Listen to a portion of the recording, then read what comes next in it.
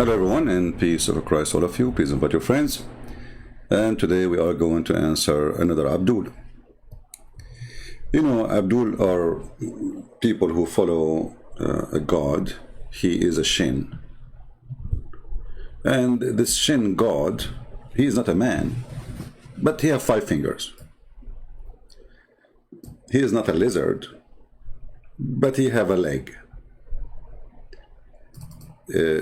He can see, but he is not one-eyed, and he have many eyes. He is not an elephant, but he have ears. He is not a spirit, but he have body. He cannot have a son because he don't have a girlfriend. At least that's what he explained himself. So when Muslims they speak to us, they try their logic, and their logic is always extremely funny. I mean, a person who believes that because he believes in God, his name is Allah, who have a shin, 5 fingers, a leg. He is not one-eyed, he have a face, he have an ass. Because you go and do jihad against Christians and Jews and Hindus and Buddhas and atheists and blah, blah, blah, blah, blah, blah, and you kill them all, then Allah will make your penis endless. And that is an extremely good logic. Additional to that, the women's private part will be in this too, which makes sense. I mean, you have to put it somewhere. And on top of that, this God, he will flood you with women who you can see through, which absolutely makes sense. And those women, each one of them, her ass is 1 mile, which is extremely small compared to my dream. So when a Muslim, he come to us and he speak about logic. I mean, do you have a mirror? Abdul, do you yourself have a mirror at home? Please look at yourself. You have a big hump and you think you are a deer. So a Muslim here, his name is Mustafa. His name is Mustafa. Okay, Mustafa. How are you, Mustafa? Let us focus a little bit in your name so we can make you famous. So Mr. Mustafa, he is an extremely philosopher. Actually, philosophy is born out of Islam. And the philosophy of Islam is very simple. You love God. This God, he loves your penis. He will do anything he can to make your penis happy. It's a happy penis religion. In other words, it's a penisy God. And that actually convinced me that this God is a true God, because God must be a pimp these days. So Mr. Mustafa, he said, sinner is Adam, but how can we be sinner too? That's a good question, Mr. Mustafa. Sinner is Adam, how we can be? You stupid idiot. Don't you commit? Are you saying you don't commit sin? Even your prophet Muhammad, the potato, himself, his God said to him, may Allah forgive your sin, so we can be sinners. So he's saying, you Christians, you believe in original sin. Okay, Adam is a sinner, all right? So, but how we can be sinner too? Since we were babies, look here. Even since we were, first of all, who is the stupid, he said to you, that Christians believe that you are a sinner since you were a baby? No, we don't believe in such a thing. This is why Jesus said, if you don't become like those little ones, you will not enter the kingdom of my Father, which means for those, kingdom of heaven is guaranteed. Why? Because they are sinless. So this is your stupid understanding of Christianity, and this is very, very, very acceptable, because you are following a stupid prophet who spent his life, he think that the Christian believe that there's a guy, his name is Allah, and his son is Jesus, and his wife is Mary. I mean, a little Muslim kid today, he understands the Trinity of the Christians. It is Father, Son, Holy Spirit. There's no Mary. But your stupid God, like Muhammad, that's it. He's stuck there. He thinks Mary is the wife of God. And they get a baby. His name is Jesus. So this is why you are so silly, so stupid, and you yourself saying illogical. I love it when a Muslim, he says illogical. Is it logical that in Islam Jesus have no father? What is the logic of that? You see, I understand Adam is the first man. He is created from mud, so he's not born anyway. So how he will not have a father? But how a child is born and he have no father. I mean, so you see here, the Muslim logic is always work when they want, and it doesn't work when they want. So imagine if the Quran did not say that Mary, she gave birth to Jesus with no father. The Muslim will be laughing at us. The Muslim will make thousands of articles about that. But because the Quran, the yellow pages of Muhammad, said that, so nobody complained, they accepted. That's it, it's true. That's it, it's true. I mean, by the way, my mom, she gave birth to me and she have no man. Yeah. She downloaded me from the internet. This is your stupid logic. It wake up when you want. You are a hypocrite like your prophet. So first, in Christianity, we don't believe that you are a sinner even when you are a baby. That's why babies are granted to go to heaven. But the fact, as long as you mention this, you idiot, you just get your prophet busted.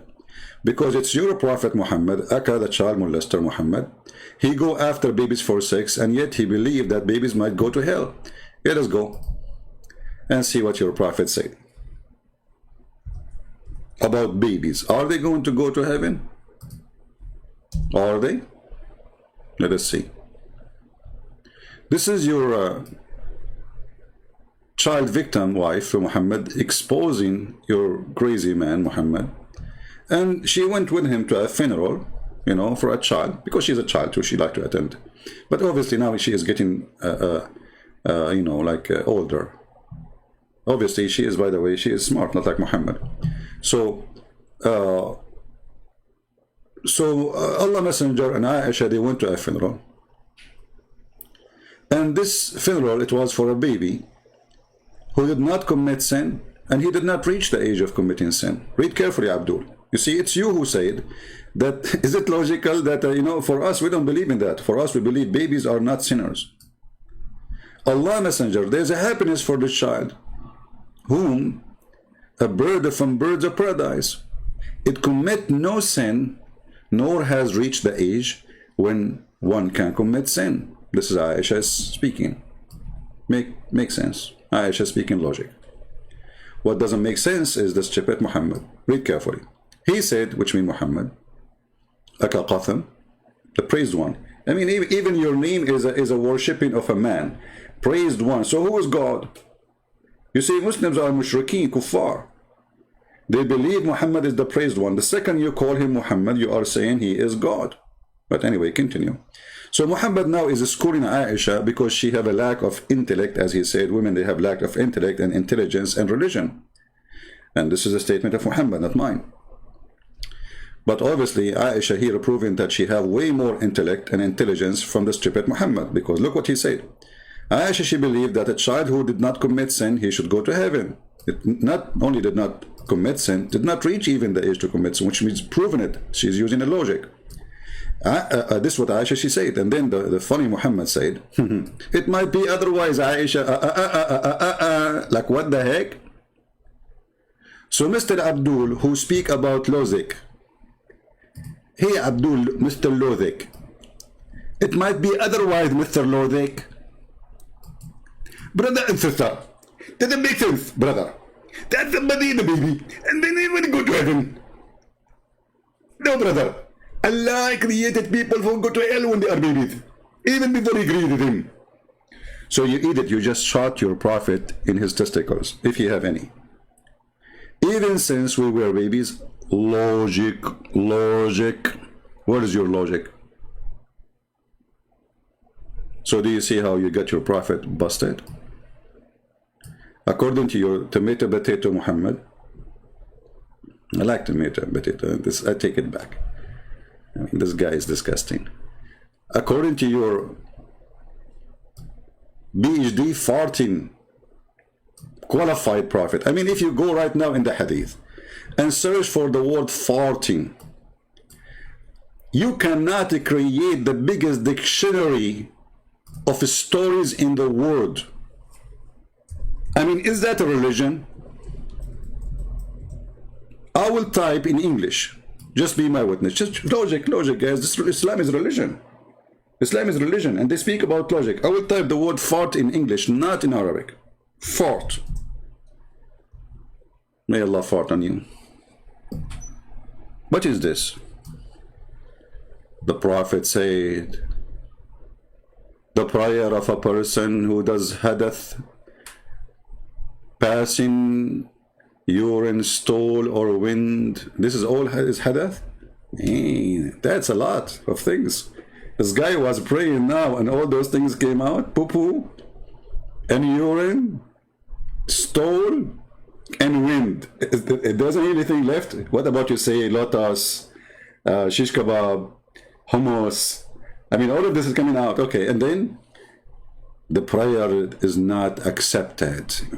Makes sense, because God, he received it with poo-poo. I mean, the poor guy was praying, he farted. Allah, that's it. Allah, he will not take it. Because this God, he's a vacuum machine. He suck your prayer with the farting. It's not acceptable, brother. What is this, man? I mean, you will take the prayer of the man. I mean, your God, he created him, and you gave him, and actually farting is a gift to a human being. Imagine your body cannot get rid of the gas you have inside you. You would die. It's not something negative. It's the opposite. When a human being he pee, or a human being he fart, that because he is healthy. If that is stopped, you die. Your kidney is dead. So your God got upset because of farting. Okay, continue. Another story. Another story. Another story. Another story. I mean, we can continue until like, but you know, the Prophet and his logic always makes sense for Muslims.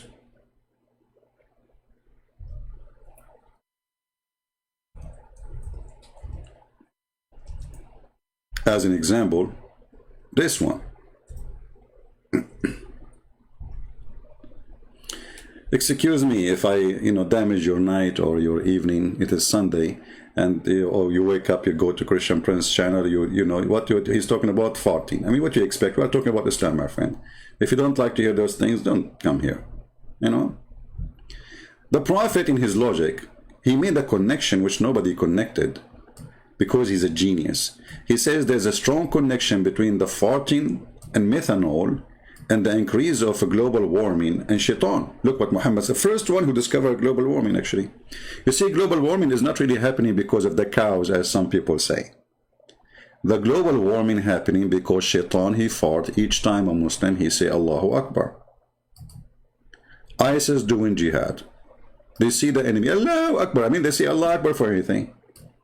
A guy beating his wife, he say Allahu Akbar. The wife, she is beating the husband, he say Allahu Akbar. A guy having sex with his wife, he say Allahu Akbar. He go to the bathroom, taking off his pants, he say Allahu Akbar. He see the enemy, they say Allahu Akbar. They run from the enemy, they say Allahu Akbar. They lose with Israel, they say Allahu Akbar. And this is the result of Allahu Akbar, shaitan fart.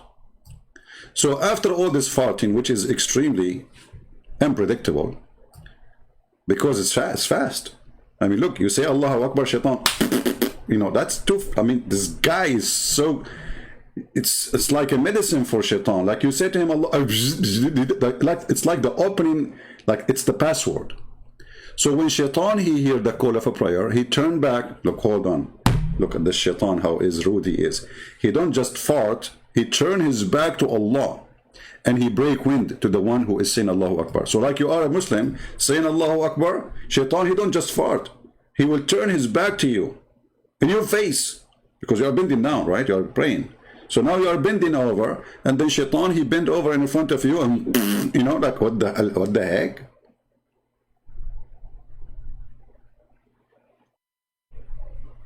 So when you make an article about logic, is that farting logic is what you are using? That there's a connection between fart and God? So your God don't accept your prayer when you fart? And shaitan, when he hear the name of your God, he fart. And your prophet, when he do poo-poo, the earth open and swallow his poo-poo because it smells so good and yummy. I mean, that's his extreme logic. We have to agree. This religion is made by a genius. Not genius. I mean, genius. He's a genie. So, okay. Now we knew how farting and why the mosque smells so bad. Because obviously everybody there is saying Allahu Akbar, shaitan is farting all over the place. And this is explained why there's a guard next to the black stone. He have a spray in his head. Psh, psh, psh, psh. Smell is so bad, man. So when you speak about logic, my friend, you made us laugh. And you know, remember one thing. When I go live in the morning, I don't really have a topic. I look at the comment, and the comment is really hilarious for Muslims. So this Muslim here, he just now, we did not even finish the first line. And we got a disaster about Islam. I mean, everybody is dying laughing about your God. Did we finish the first line? We did not. This is not even the first line of your statement. And we can make videos of 10 hours laughing at you. Now, you got what you do, what you do, brothers, sisters. Just believe is not enough. What? You get what you did. You got what you did. He is saying to you that you will get what you deserve based on what you did. Okay, that's good. So what Muhammad will deserve when he kidnap a woman from her family and he rape her? What Muhammad will get when he chop a woman to pieces when she's alive and she was over the age of 80, and he raped her daughter later? What Muhammad he will get? Well, you tell me. You know, I think Muhammad is a very innocent man, very decent man. His hand is not, there's no blood in it. No blood, no slavery, nothing. You know, and the Muslims, I saw a Muslim video saying he was making a speech in a city hall in USA. He said, in this same building, the one who built this building was a slave owner. I was dying. All those idiot Americans who do not know Islam. None of them, he says to him, isn't it your prophet was a slave owner and he is a slave seller? This is what happened when a Muslim, he made a speech in front of a bunch of ignorant. And that's why we are here. We are here to teach you how not to be ignorant. You know, all of us, we have a form of ignorance. As an example, I make a lot of mistakes in English, right? This is an this is ignorance because you don't know the language very well. That's, you know, but that does not affect me as a person because even with this ignorance, still I can deliver a clear message to people who listen to me. So it doesn't affect my thinking, doesn't affect my knowledge, doesn't affect anything. But there's ignorance can affect you and can destroy you. The Bible says, my people are destroyed because of their ignorance. And this is what the Muslims try to play with. If you are an ignorant and they are talking to you and there's a speech here, you might fall into their trap. So look what this guy's saying. You get what you deserve, brother. So why you don't say that to your prophet, you idiot, who a child, he might go to hell? You got what you deserve. Okay, why this child, he deserved to go to hell? Can you tell us? Look what your funny God, he said. It might be otherwise, which means about the baby who's an infant who died and he did not reach the age of sin. It might be otherwise, Aisha, because Allah created for paradise those who are fit for it. So the baby is a baby, and now he don't fit for the paradise, brother. But in your comment, you are saying the opposite. There is one of two choices. Either you are a certified donkey who carry books in the top of his back and you do not know what you have, or you are a certified liar who knows the books and you are lying about it. And you know, speaking about donkeys carrying books, don't be offended, please, because that was a verse in the Quran. The Quran says, and the Quran says that this is an Arabic book, but nothing there is Arabic. If you go in the Quran, you will see Muhammad speaking about Muhammad trying to be a wise man, saying the similarity of those who in charge with the law is the same as those who carry, the same as the donkey who carry the books in their back. You see it? But look, he's talking a person, Muslims claim that you do not know how to write, how to read. So as long as you do not know how to write, how to read, how you will know the law of Moses? Any Muslim can tell us?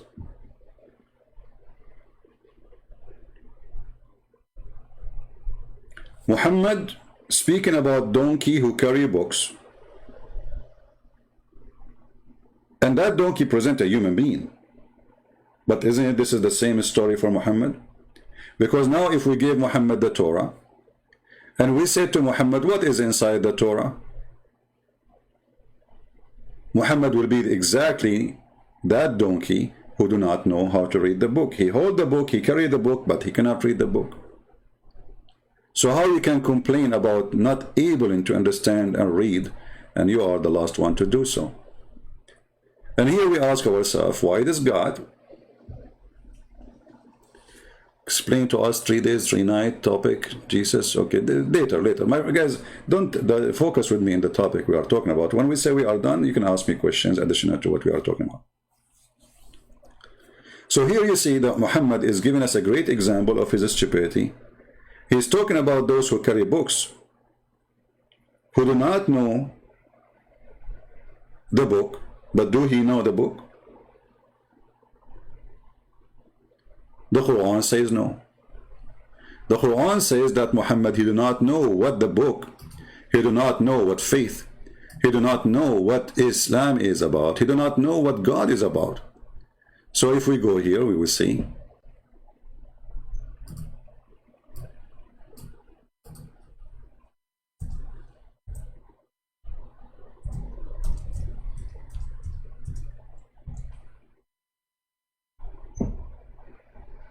Do Muhammad knew what faith? Do Muhammad knew what is religion? What is God? No, he don't. No. He's a person who have no idea what he is believing in. So, if there is a Muslim would like to go and like to call us and read with us, if there's any Muslim. Do we have any Muslim here? He is, would like to join us live on air?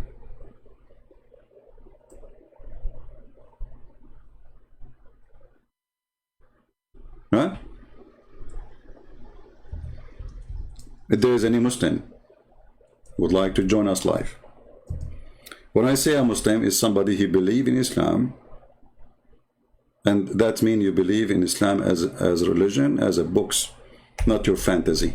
I don't want somebody to give me his own fantasy. Do we have anyone?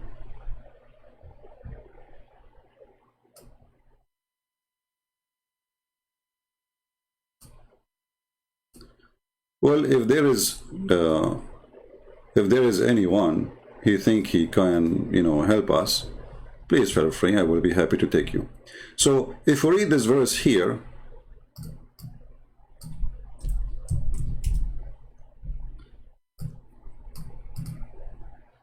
it says, and this is chapter 42,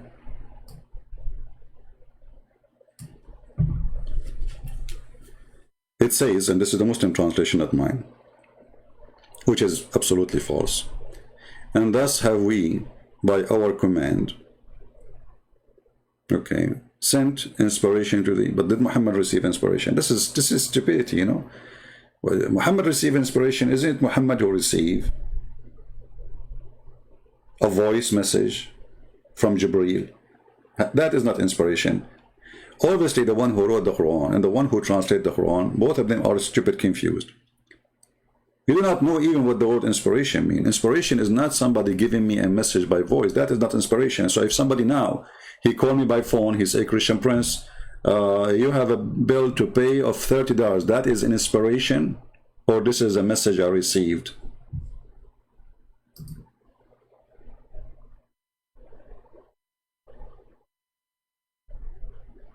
Here you notice how stupid Islam is. Jihad Yusuf, I blocked you. No, Jihad Yusuf, I did not block you. You are a dummy. You are the one who hung up. Why you lie, Jihad Yusuf? Let me call you. Hold on. Jihad Yusuf, you remember him, the guy who, he gave up, he ran when I showed him that his God is speaking about the penis of Muhammad standing up in the Quran? And he said that he watched a video of a girl, her name is Fifi, and she said that this is a lie. And then when I showed him the reference in the front of his eyes, he jumped with the wind. He says, you have your religion, I have mine. So why you lie? He says, I blocked you. I did not block you. Let me call you. Here we go. Let me look for Jihad Yusuf. Go online, Jihad. I will call you immediately. Where is your name? Text me, Jihad.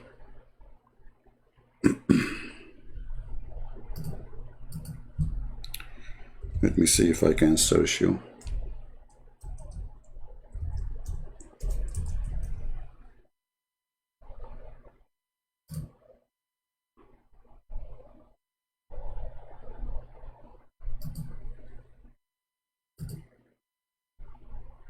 Jihad Yusuf, here we go. I found you. And you said I blocked you? Okay. Let us call Jihad Yusuf.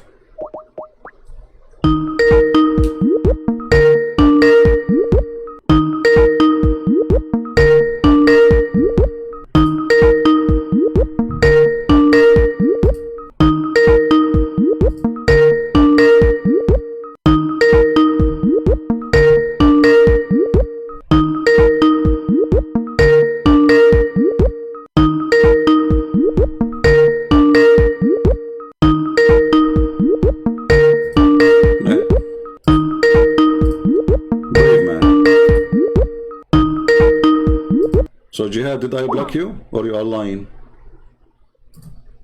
Block you? A person saying you cannot call Fifi by her name. Why I want to call her by her name? If she call me, then I will consider her as a man. If a person don't dare to let me call and don't dare to speak to me, yet he or she claim that they can refute me, that is a she for me. I decide to change the gender of the person based on their behavior. You don't dare to call me. You don't dare to let me call you. And then you claim you can debate me anywhere. What a kid. All of you are a bunch of kids. And Jihad, where are you, man? So you are in the chat, and I now try to call you in Skype, and you did not answer. Yet you claim that I blocked you.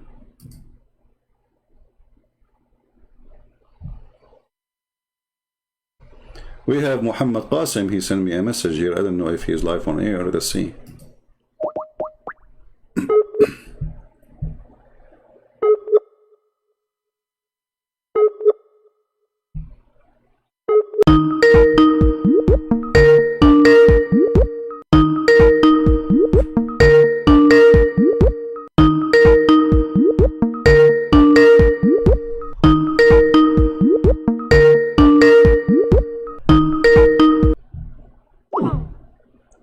See, look, so who is the, you know, I mean, look at them.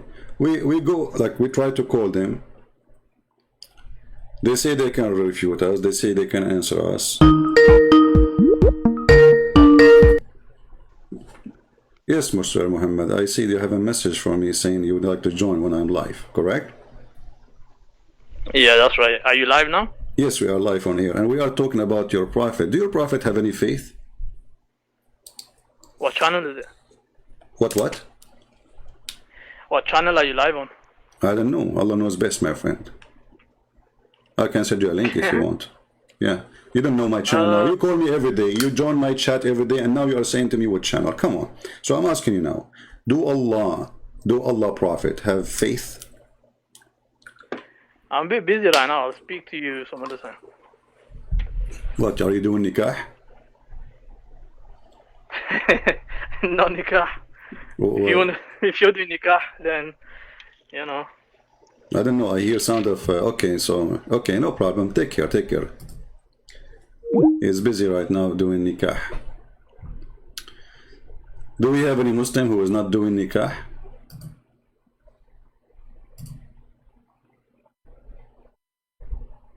Anyone? Like, what channel you are in? What channel? Like, I'm everywhere, my friend. Like, what channel? I get the guy, he come here every day. He stay in my chat for 10 hours. And now he's asking, like, where are you? Like, he don't know, like, you know, like suddenly he lost his mind and his memory. He was bewitched like the prophet. Things happen. Things always happen. So, Jihad Yusuf, are you going to come on Skype so I can call you?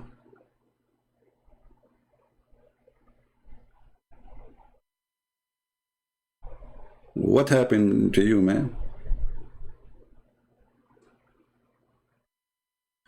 Christopher, you will call? Okay, text me, Christopher. Text me, so I will see your text, my friend.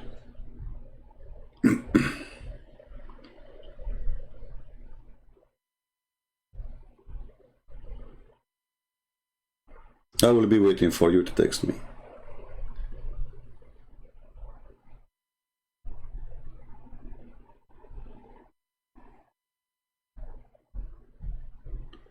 All right. So if we ask the Muslims, do Muhammad have any faith? What is the religion of Muhammad? You see, we will go, the title there is about God, he sent himself, like etc. You know, just to make it simple about that title, because we don't want to forget what we came for. My friend, the message and the messenger present how important it is. So when God, he refused to come to Muhammad and he refused to speak to Muhammad according to your books, that means Muhammad is not important.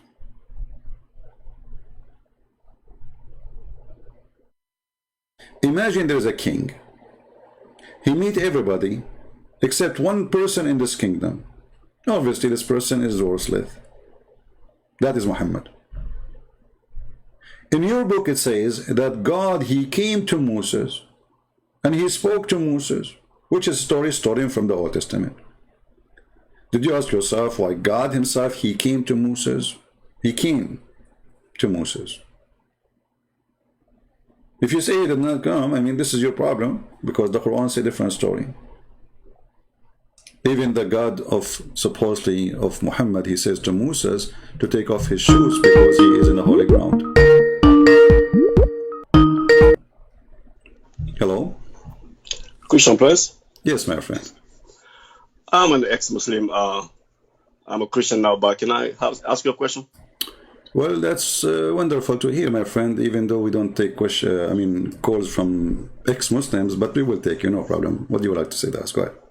Thank you so much. I appreciate that.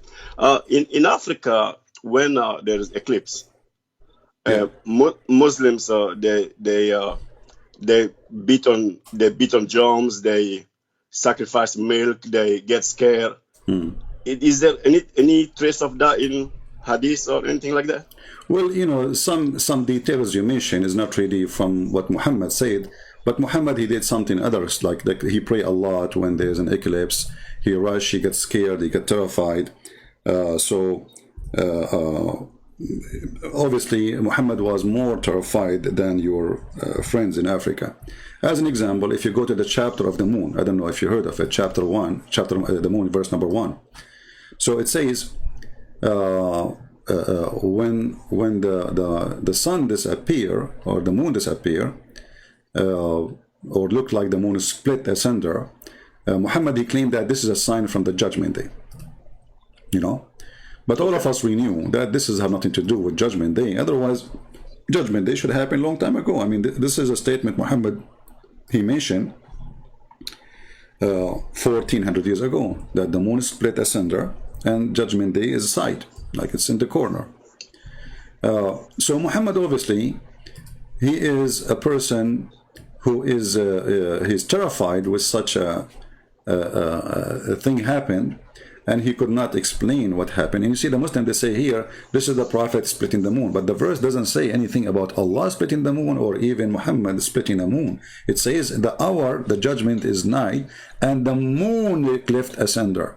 That's it. There's no okay, God. Thank you. So here you see the start of this madness. And then if you go in the hadith, you will see tons of reference of Muhammad, to go crazy. And even Muhammad, because he's so, you see, Muhammad, he knew he's guilty, he knew he's filthy, he knew he's a bad person. And you know, Muhammad, he owned a lot of slaves, right? Yes. Okay, so because Muhammad, he knew that this is bad, but he owned them and he kept them. But when the eclipse come, he ordered them to free some slaves. Okay. Why? Because he believed that this is a penalty from God. God is angry. So he said to them, when the eclipse happened, free some slaves, but don't free all your slaves. It's like bribing God, So he will be less angry from us. So Muhammad, obviously, he knew that he's a filthy person who is owning slaves for no reason. And then thank you so much. Thank you so much. That's why they give him milk as a sacrifice. So they don't have much. They have milk and they don't rice. have, that's what they yeah, have. they don't have slaves. They don't have, So etc. that's what they give milk Exactly. away. Yeah, Yeah. Yes. And then yes. if you go, and this is the reference I was showing on the screen, by the way. This is Sahih Bukhari, the hadith I mentioned to you. Sahih Bukhari, hadith number 2520. And then if you go, you will see that when the eclipse happened, Muhammad, he go crazy in his prayer. Yes, they pray longer hours too. They pray all night till the eclipse is over. They Muhammad, he make an exceptional prayer when the eclipse happened. Yeah. Okay. All right. My second question. Okay, can I have another question? Sure. I don't want to abuse your time. Go ahead, no problem. From which country, my friend, you are? Originally from West Africa, but I'm now in the US. I'm now living in the US. I did a seminar actually last month. Like people, when I was away, they thought I'm just taking vacation. I did a seminar, and all the seminar I have only 2 European, and the rest, all of them, they were African. They are from Ghana, from Nigeria, from many, like all African countries. Yeah. Okay. Yeah. Very nice people. So what? My second question go ahead. is like in Morocco. I used to go to Morocco, and in their story, when you little young kid, when they do haircut, they leave a little bucket on the back of your head. So when you die, Muhammad will pull you with that hair to go to heaven. Is there any trace of that in any place in Islam? Well, this is, there's many things. I don't remember really any hadith. Speaking of that, if I remember, I would. Okay. I don't remember anything. But, there's many things the Muslims believe.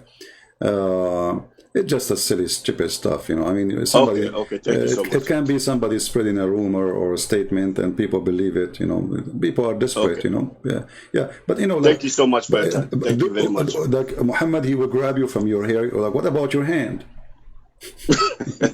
I was so silly to me, but I was like, okay. Yeah. Actually, the Quran says the opposite. The Quran says that the one who is a liar, Allah will grab him from his hair. So. I don't know how those people they come to this conclusion, but if you go in the Quran, you will see the Quran is speaking many times about that. Let us see here. If you go to chapter 96,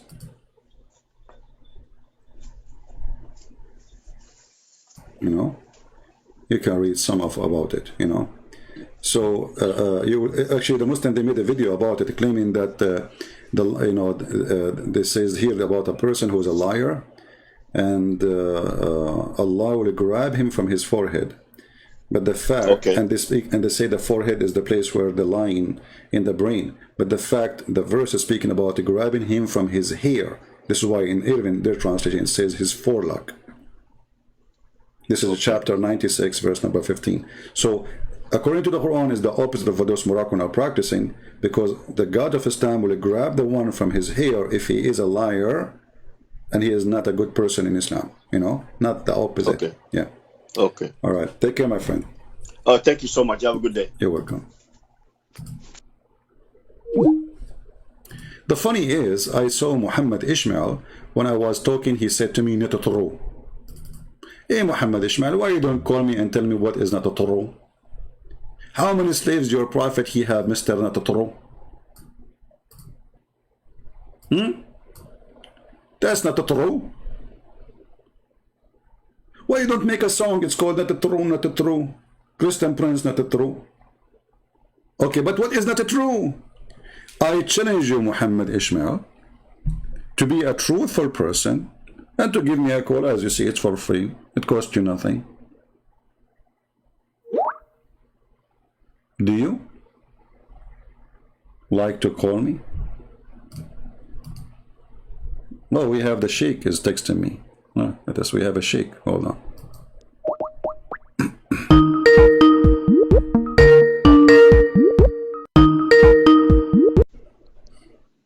Hello? How are you, Sheikh?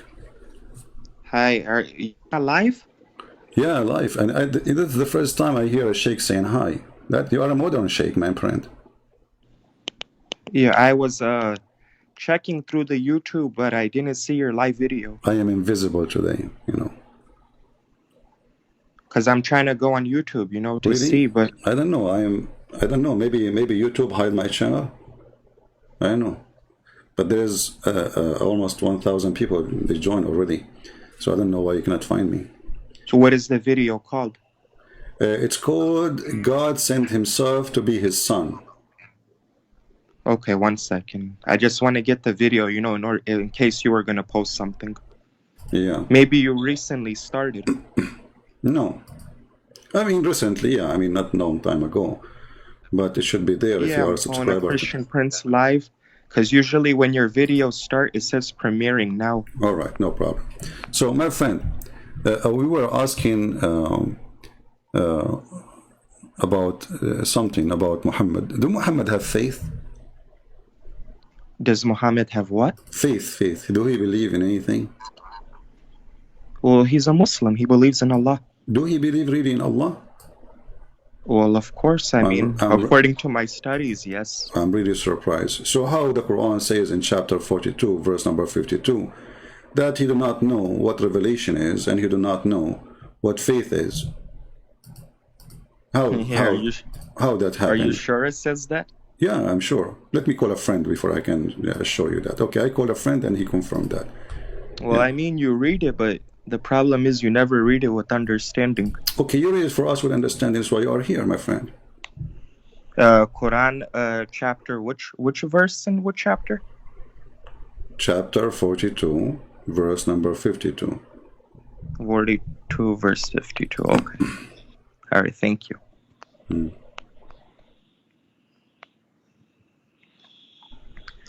Chapter 42, verse 52. 42:52. You're talking it's like about a music, my friend. Honestly, it's like a music. 42:52. Unbelievable. I love this chapter. 42:52. Muhammad getting busted. Unbelievable. Okay, read with me.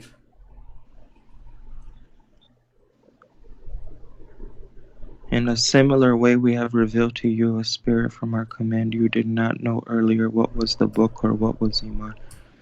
But we have made it the Quran a light with which we guide whomever we will from among our servants, and indeed you are guiding people to a straight path. So no, you read it with misunderstanding. What this verse is saying, and I'm surprised I didn't come across it, but what this verse is saying is that indeed in a similar way we have revealed to you a spirit from our command. You did not know earlier what was the book or what was Iman, true faith, but we had made it the Quran a light with which we guide whomsoever we will from among our servants. Meaning that the Quran is the last and final revelation which Allah subhanahu wa ta'ala knew when the perfect time was to preserve it so that the people can be guided, and this is the book that will never be corrupted. That's the meaning of the verse. Okay, are you done? Yes, go ahead. I want you to focus with me. Okay. Okay. Put your hands over your eyes, and if like little, when you wake up, in the morning, so you can see carefully with me. Read with me here. It says, you know not what is the book, nor what is faith.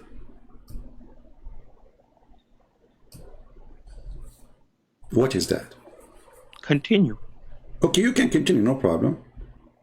Continue reading. I'm listening. You did read the whole verse. I'm not going to repeat the whole verse twice, 3 times, 5. There's no point. My point is here. You have to. No problem. You read it. Okay, continue. Okay, continue. You read it. Okay. You have to. So what? I mean, okay, we have the Quran light, but what it says, you do not know what book, and you do not know what faith is. Hold on. Just listen. When you're reading, continue reading the full verse so that you can get an understanding. The verse is over. There's no verse, by the way, here. When Muslims they say verse, this is something you store from our Bible. The Quran does not have chapters, does not have verses. This is something numbers. I mean, those are Bedouin, do not even know how to make numbers. It says you know not. What is the book? Why exactly do you not? You know not what is the book, and you have why was okay. Do you know? Do Muhammad knew before he became a prophet? Do you know? Do he knew what faith is? And you listen. Well, I decided to listen. You said continue reading. 1 second.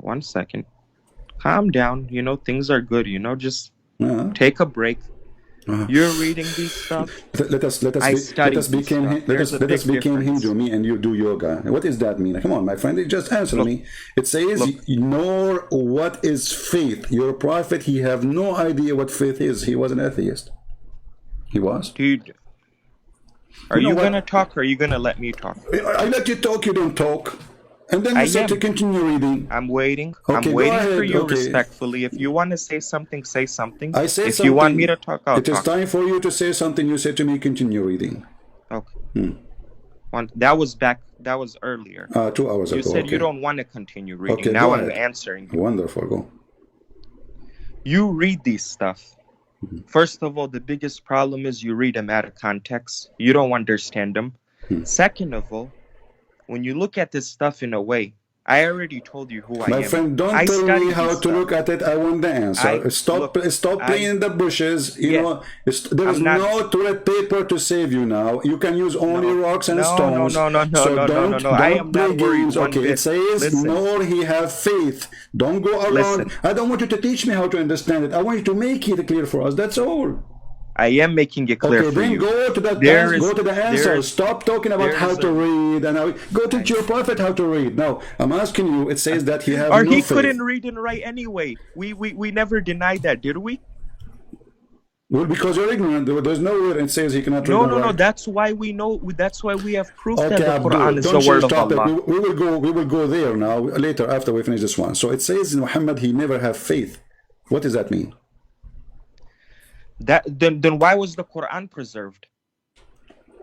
Change topic. The Quran never preserved. The goat ate it. Why? No.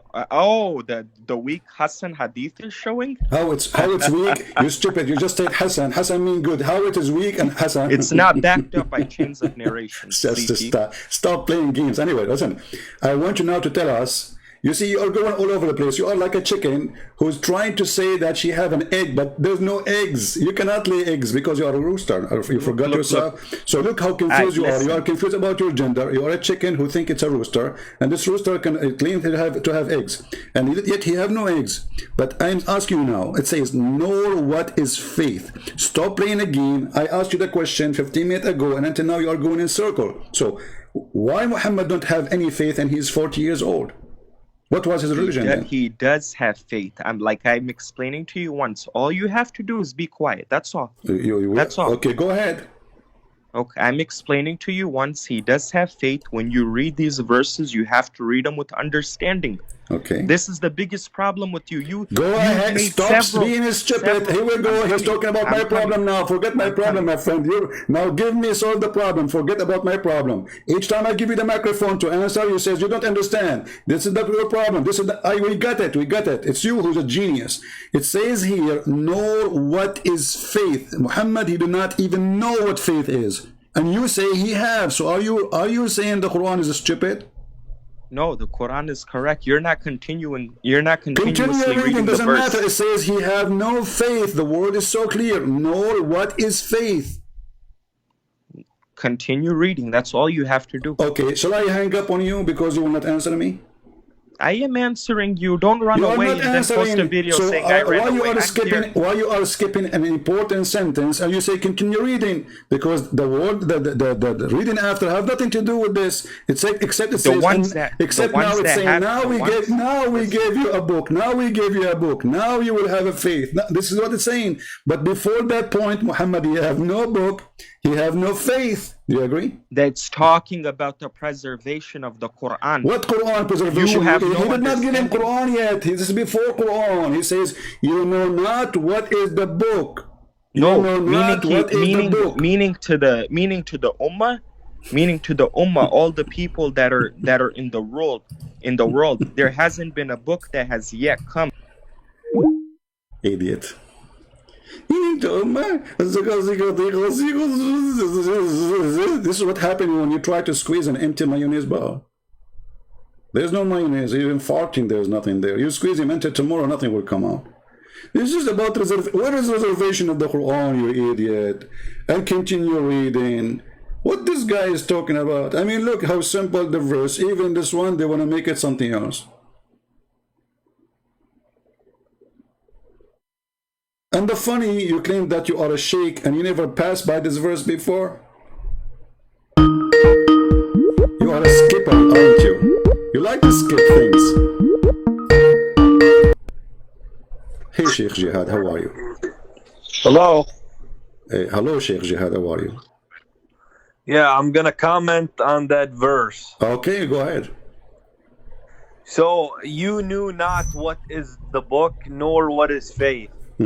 Simply put, my friend, this is referring to before Muhammad sallallahu alaihi wasallam was a prophet. So before he got any revelations, he doesn't know anything. Okay, wonderful. Until he got the knowledge. See, this is an answer of a person who is being honest. That guy, he was playing games. Thank you, Jihad. So guys, he don't know anything. He have no faith. So what was the faith for 40 years of Muhammad? But why is that something that you think you want to get busted? Because before Moses he got revelation, what does he know? He doesn't know anything.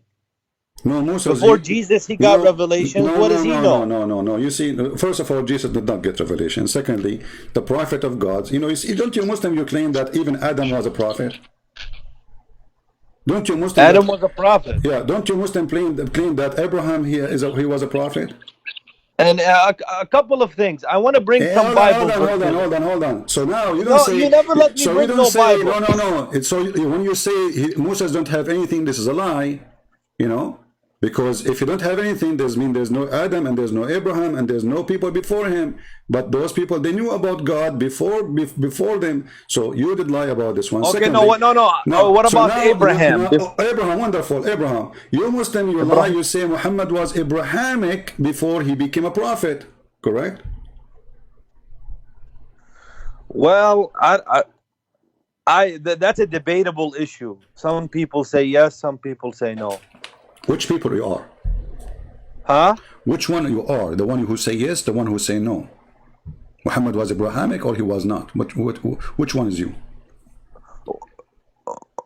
Well, I know he was from Quraysh, and I know what the Quraysh believed in. Yeah, I know that. I know that Trump, he live in Florida. I know. What does have to do with my question? I'm asking you, was he Abrahamic or not? I personally do not think he was Abrahamic, and there are many people who agree. So what he was? So what he was? Well, he was with my friend. Let me tell you, he believed in what the local community believed in. Okay, they believe in statues and idols, idol worshipper, Hubal and Ahad. But he didn't know. He didn't know. What do you mean? You just said to me. He believed in what the community believe, and the community believe in idols, correct?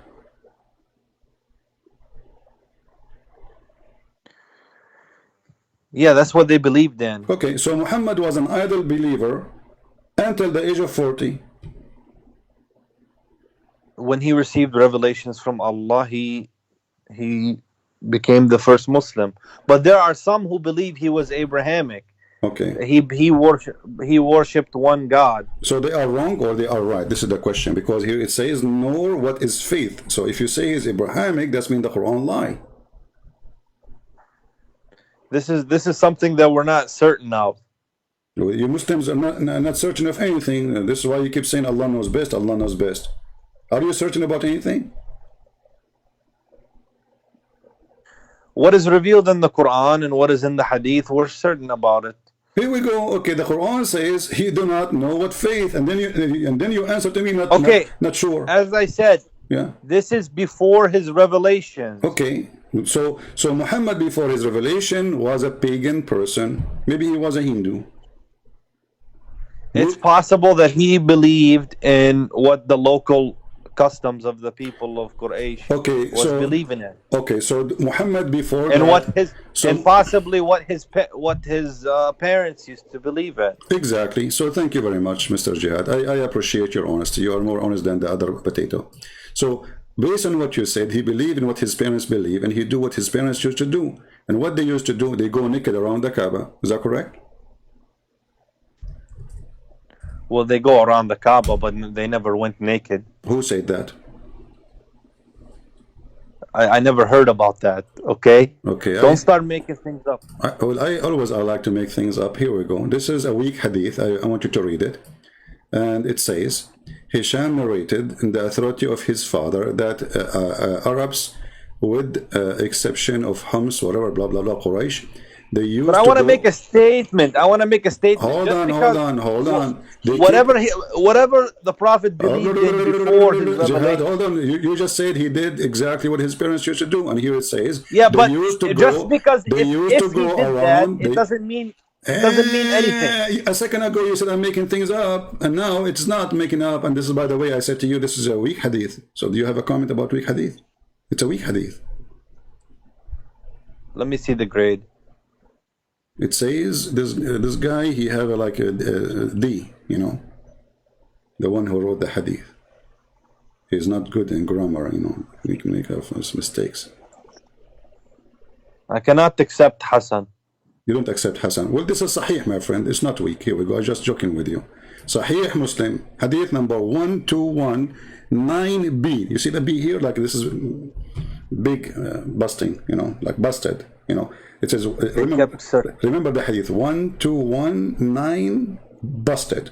Okay, so it says here that the Arab, and you said to me that the Prophet used to do it the same as the Arab, as his parents. They used to go, في زمان الجاهلية. exactly. This is before Muhammad. 40 years of his life. You are the one who agree with it. 40 years of Muhammad life was in the time of a Jahiliyyah, which means the period of ignorance. So Muhammad was ignorant like the rest of them, right? And what he do? He take off his panty. He go around the Kaaba, you know, like, you know, do you see them in the movie? But why? But I just don't understand. Okay, so even if that's true, how are you getting us busted with that? Because he didn't have the knowledge yet. Hold on. So Allah, he waited 40 how you want to say that we're busted by that? He waited 40 years of the life of Muhammad to decide that it is time for them to stop taking off their panty around the Kaaba. Isn't he offended all this time, all this year, even before Muhammad's birth? So if this is the house of God, why Allah did not send anybody? My friend, you cannot question Allah. Allah does as He will. Okay, Allah does as He will, but shouldn't He not let Muhammad take off his pants and go naked around the Kaaba too? Well, we don't have any evidence that the Prophet ﷺ did that. What do you mean? You are the one who just told me he used to do as his parents. A second ago you forgot. It says their descendants circumambulated the house naked. But there's no narration to say that the Prophet himself did this. It doesn't matter. Okay. I will use the narration of Mr. Jihad. Sheikh Jihad called me. He said the Prophet used to do as the community. Correct? CP, just speak about things that you are certain about. I did. Just speak about things you have a clear evidence about. I have a clear Don't evidence. give me anecdotal evidence about things. I have a clear evidence in front of me that this was a nude party, Kaaba religion, sex religion, and those people. What I see here is that the people of Quraysh used to do it. Some of the people used to practice. Question. Okay, I'm with you there. Why they do that?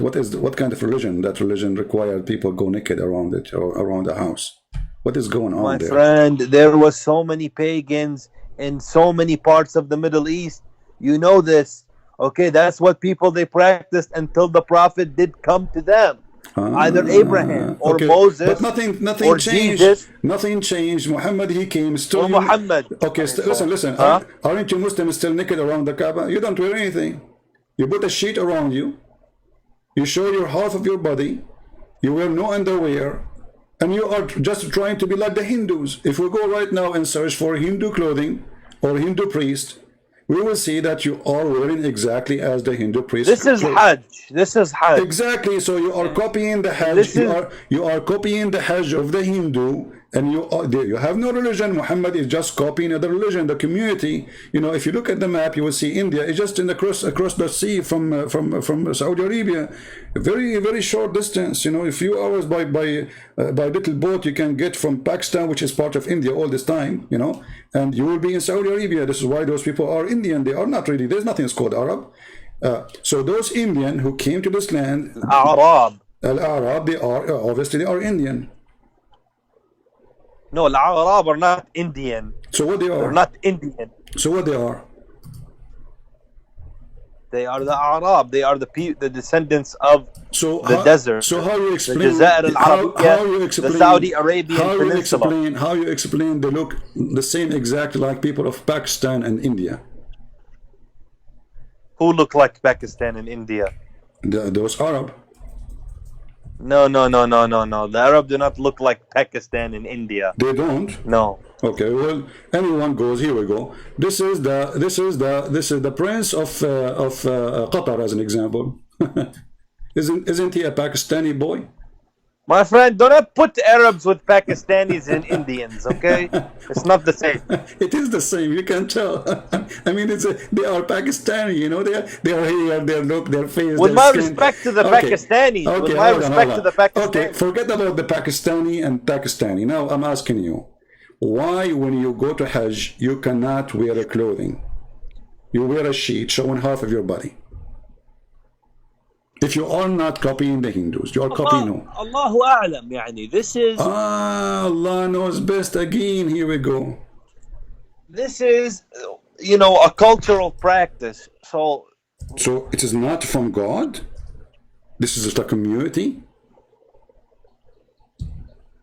This is what the Prophet said we should do. So we're going to follow with the Prophet. Okay, so the Prophet, he told That's all I can say. The Prophet, Prophet said this. The Prophet, he told you to go naked around the Kaaba wearing no underwear, no pant, no panty for the women, and the guy... We don't do the nude. We don't do the nude anymore. What do you mean you don't do the nude anymore? This is nude. What is this? Are you wearing anything? We wear something now. You wear white clothing. You wear something. What you wear? You wear a sheet like the Hindus.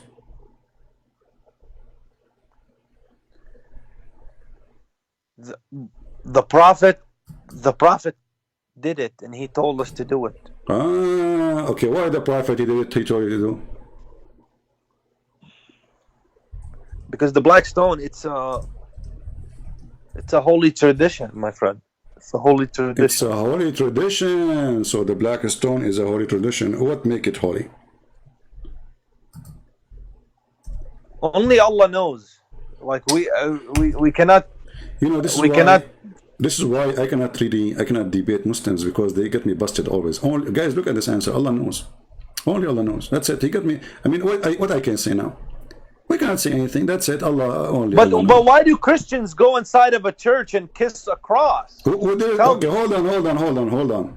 Why you Christians? And why do the Catholics kiss the statue and worship the Virgin Mary? My friend, nobody worshipped Mary. That's a lie. Secondly, yes, the Catholics do. No, they don't. That's not true. That's a lie. You know. Secondly, yes, they do. Even the other sects of Christianity, hold on.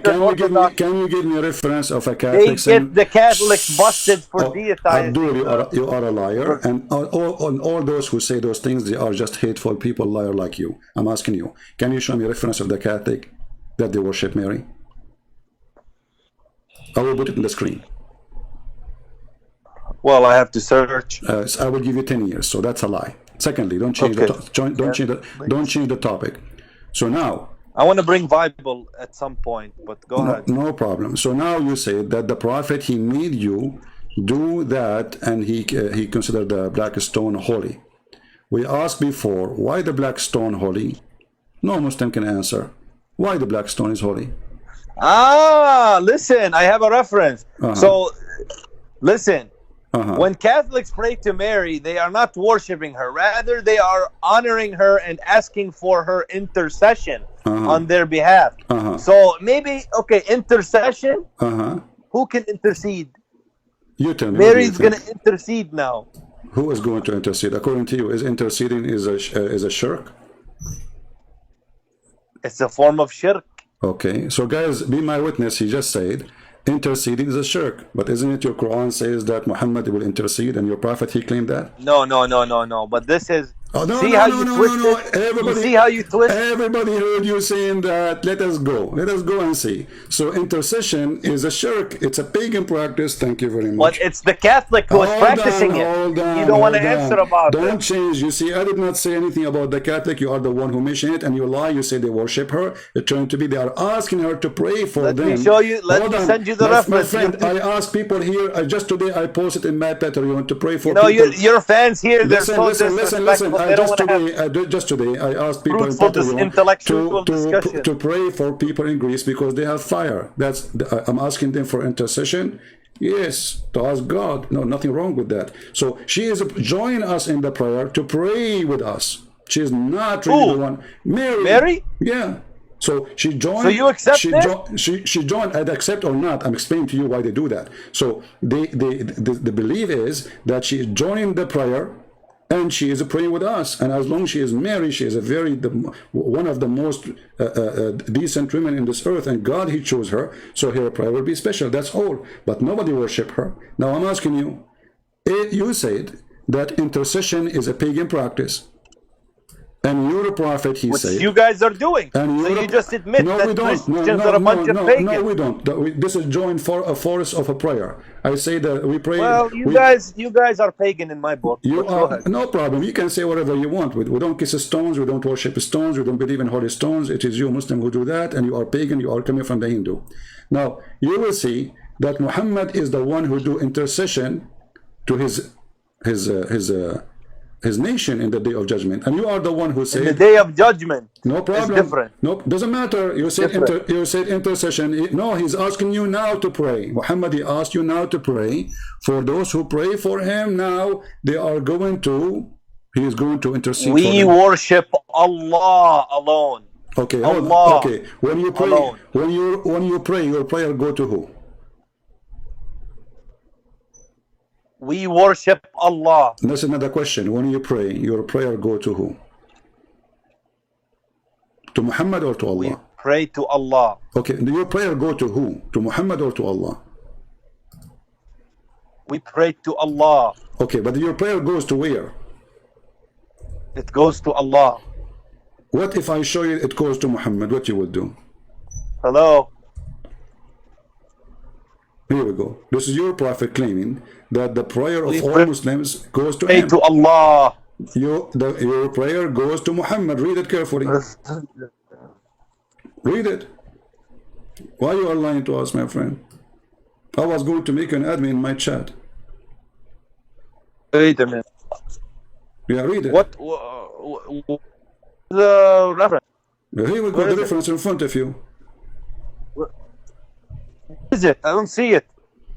Okay, refresh your page. It's going to take. Did you say inshallah before you call me? This is why you don't see it. Okay, the messenger of Allah said the man. Oh, you have a delay, huh? Okay. Can you make it clear on the screen? Well, I don't know why it's not clear for you. I think it's clear for everybody. This is what I don't like. The most excellent of your days, so invoke any blessing on me on that day, for your blessing will be submitted. Your blessing will be submitted to me. The companions asked, Messenger, how can our blessing?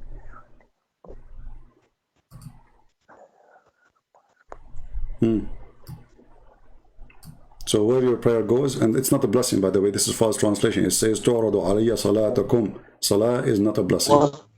What? It says here, فَأَكْثِرُوا عَلَيَّ مِنَ الصَّلَاةِ فَإِنَّ صَلَاتَكُمْ We give blessing. مَعْرُوضَ. I mean, we.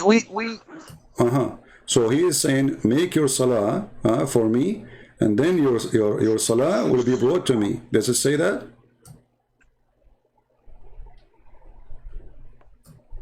Your salah does not go to Allah, it goes to Muhammad. No, it doesn't say that, CP. It says that. Read it. Here we go. Go ahead, read it. Read it. Get me busted right now. Don't do it tomorrow. As long as it doesn't say that, CP. Read it and get me busted. Go ahead. I'm listening.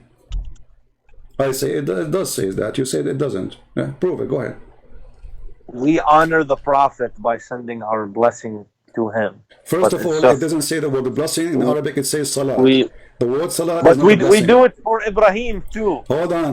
We do it for Ibrahim but too. no, hold on. Here, the topic was, your prayer goes to who? To Allah or to Muhammad? You said to Allah. You forgot? But does this hadith go against the Quran? This Do you find this in the Quran? This is not my business, my friend. The Quran is a messed up book. Everything is the Quran is against itself. But this is not the topic now. Your prayer is not a blessing. They lie in the translation. Your prayer on Muhammad goes to Muhammad, not to Allah. My friend, we send blessings to the Prophet. You understand me? You know Arabic, and there's nowhere here it says the word blessing. This is number one. Can you show me the word blessing? If you can show me the word blessing in Arabic, I will shave my 25-foot beard. The word blessing is barakah. Okay, thank you. Guys, the word blessing is barakah. Wonderful. Where is the word barakah in the hadith? There's no barakah. I see the English. Okay, I will show you the Arabic. Here we go. It says, فَأَكْثِرُوا عَلَيَّ مِنَ الصَّلَاةِ فِيهِ فَإِنَّ صَلَاتَكُمْ مَعْرُوضَ عَلَيْهِ صَلَاةً. But you know, if so salat your people, they just want to silence me. They don't want me to bring the Bible. So salah is a prayer, not a blessing, because you are the one who said the word blessing is barakah. Thank you very much. So barakah is a blessing, salah is a prayer. So where your prayer goes to Muhammad. So who's God?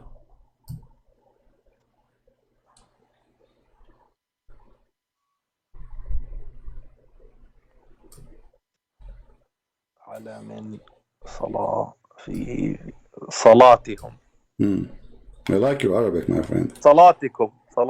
Yeah, صلاتكم معروضة علي. فإن صلاتكم معروضة علي. Who is the one who will receive the salah of the Muslims? Muhammad. They said to him, but how you are going to review our prayer and you are going to be dead? Look what he claimed. He claimed that we people of Prophet, our body will not decay. So is Muhammad a zombie? Muhammad is dead, but he's alive? How the prayer will be received to Muhammad and he can review it? I will come back to you on this one. You will come back to me. Okay, we will go. Okay. But you know, don't butt me. Jihad, don't butt me, please. My friend, don't butt me. Please don't butt. I don't like you when you do but. Honestly, like maybe your family like you when you do but. I understand. But for me, I don't like that. Let us go back to the topic. You mentioned because clearly you're prepared. But don't butt me. So now listen. Now what we got from you that I Muhammad cannot take the interpretation of CP. Don't take my interpretation. That's the problem. I'm not giving you my interpretation. I'm using your interpretation. It's you who said that Muhammad, before the age of 40, before you start butting around, he was a pagan. It's you who said that. That's not an interpretation. So your interpretation, Mr. Jihad, that Muhammad, before the age of 40, he was butting around. He did not know what faith. He have no revelation. And this will destroy all the lies Muhammadan. They say to us that Muhammad was Abrahamic. Because if he was Abrahamic, well, he knew the book. If he was Abrahamic, he have faith. But the Quran says he don't even know what faith is. Your prophet is not even a communist, my friend. Okay, that's a different issue than what you are just discussing. No, okay. This is not. No, this is the important issue. You know, the other things, they come like a cement between the bricks. Thank you very much. So, Jihad, as long we agree, as long we agree, me and you, that Muhammad used to worship as the community used to worship before he became a prophet, which means for 40 years. We agree, both of us, right? Yeah, the same as Abraham. Okay. Or no, not the same as Abraham. Not the same as Abraham. According to your Muslim stories, Abraham, he became a believer when he was a kid. Don't go there. My friend, all the prophets had the same message. Don't change the topic. Don't change the topic. So, so Muhammad was a mushrik for 40 years, and you agree with that. So, do Allah forgive shirk? He does. He does? He does. You didn't let me finish. Okay. He does when no prophet came to you, when nobody came to you and you don't know. You don't have blame for what you don't know. Oh, okay. That makes But sense. if you actually. know, Uh-huh. if the Prophet came to you, Okay. and you still are associating partners with Allah, then there will be blame on you. But No. in this case, there is no blame. Well, this is not See how I just got you busted. well, you got busted the Quran because the Quran said the opposite. Read carefully. Here we go. إن الله لا يغفر أن يشرك به so Allah, He will not forgive those who do commit shirk. He forgive all sin in less than that. Chapter 4 verse number 48, chapter 4 verse 116. So Allah, He forgives sin anyway. To who? To believers, right? Only believers. Here and go. This is what happened to Jihad when he feel the heat in some areas. Okay, Jihad, what happened? Hello? Hello, can you hear me better? I hear you. So in the Quran, chapter 4, verse 40. It's cutting out a lot. It's all right. You know, I will. You know, Allah knows best why the internet is not working. You know, yeah. Hold on. Okay, I'm holding.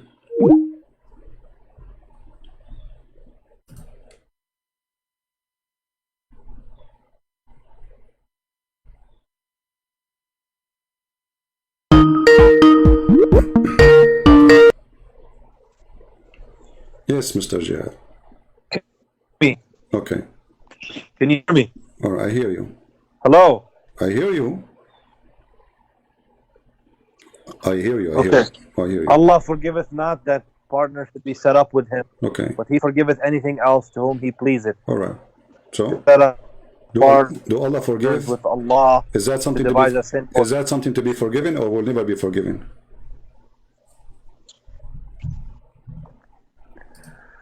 But yes, this is peace. You have a peace here, but this is referring to if the Prophet has come to you. Clearly, the fact that the verse was revealed means that the Prophet came to them. But before that, Allah cannot blame for what they don't know. Okay, but the Quran says that you Muslim, you believe that Allah, He sent 124,000 prophet. My friend, you just got busted. Let us see. Busted. Okay, let us see who's getting busted. Allah, He forgive not those who take partner with Him. So your prophet for 40 years was taking partners with Allah. Maybe he don't even worship Allah at all. Actually, the Quran says he don't worship Allah. He do not even know what faith is. So now this chapter here, in chapter 4, verse number 48, it says clearly that this is a sin will not be forgiven. Any other sin, Allah will forgive. So Muhammad, he commit that sin, so his sin will not be forgiven. So according to the Quran, Allah, He will send Muhammad to the microwave.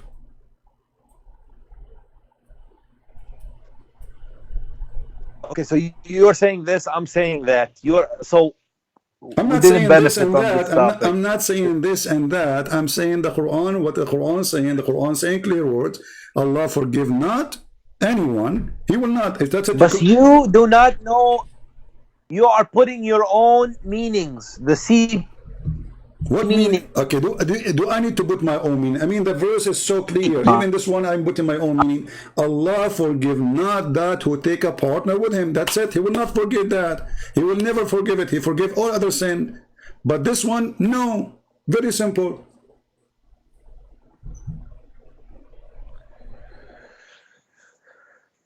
You said it yourself coming to them.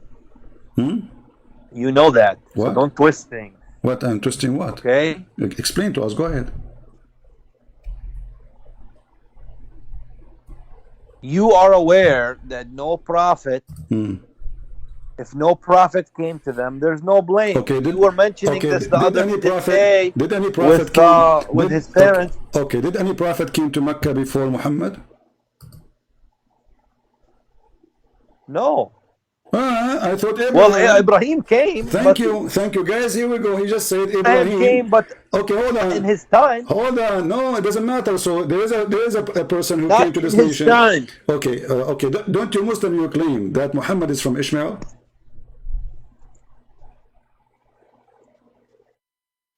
They didn't have Ibrahim. They didn't have. I'm asking you. Don't you Muslim claim that Muhammad is from descendant from Ishmael? Ismail. Yes. Don't you claim that he is descendant from Ishmael? So Abraham was there, Yes. according to you. Ishmael was there, and now you are claiming that nobody knows? Okay, hold on. So if nobody knows about, there's no prophet came before them. So the Muslim, they worship Allah. Is Allah the true God of Islam, or he was a pagan God?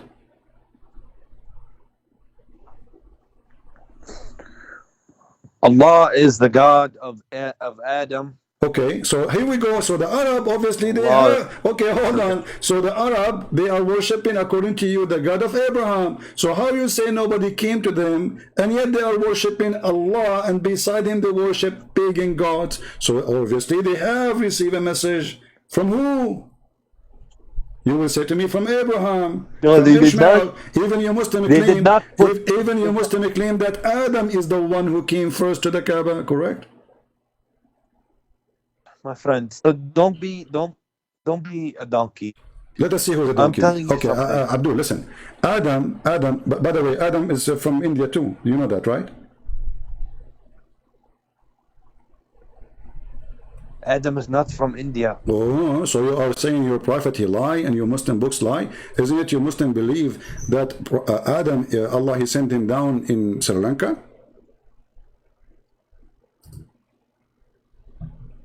That's you saying this. Me, I am All saying I'm- that? Okay, hold on, guys. I am saying All that. I'm telling you Okay. before you jump, before you jump, yeah, Ibrahim was there, but the people of Nabi Muhammad alayhi salam's time did not have knowledge Okay. of him. Hold on. And then I want the you. Prophet informed them Hold on. that Allah Hold on. is one God. Okay. It's just the Arabic word. Hold on. Okay. Okay, The Arabic guys, word. that's an Arabic word. We got it. It's an Arabic word. So let us see here. This is your sheikh. Maybe you can listen to the sheikh from YouTube, so you can hear it, and then just mute it after you finish hearing the sheikh. He is explaining where Adam he came to. Now if we look at Adam alayhi salam, he came down onto the earth. He was sent to the earth. There's a question. Where did he land? Where he landed? He wasn't just thrown so that suddenly he landed, meaning he dropped. But Allah placed him on the earth. This we find in the narration of Rasulullah sallallahu alaihi wasallam, where he says that Adam alayhi salam nazala fil Hind. He came down in what is known as the Indo-Pak subcontinent, precisely Sri Lanka. There is Hold on. Did you hear it? Precisely Sri Lanka. He came to India.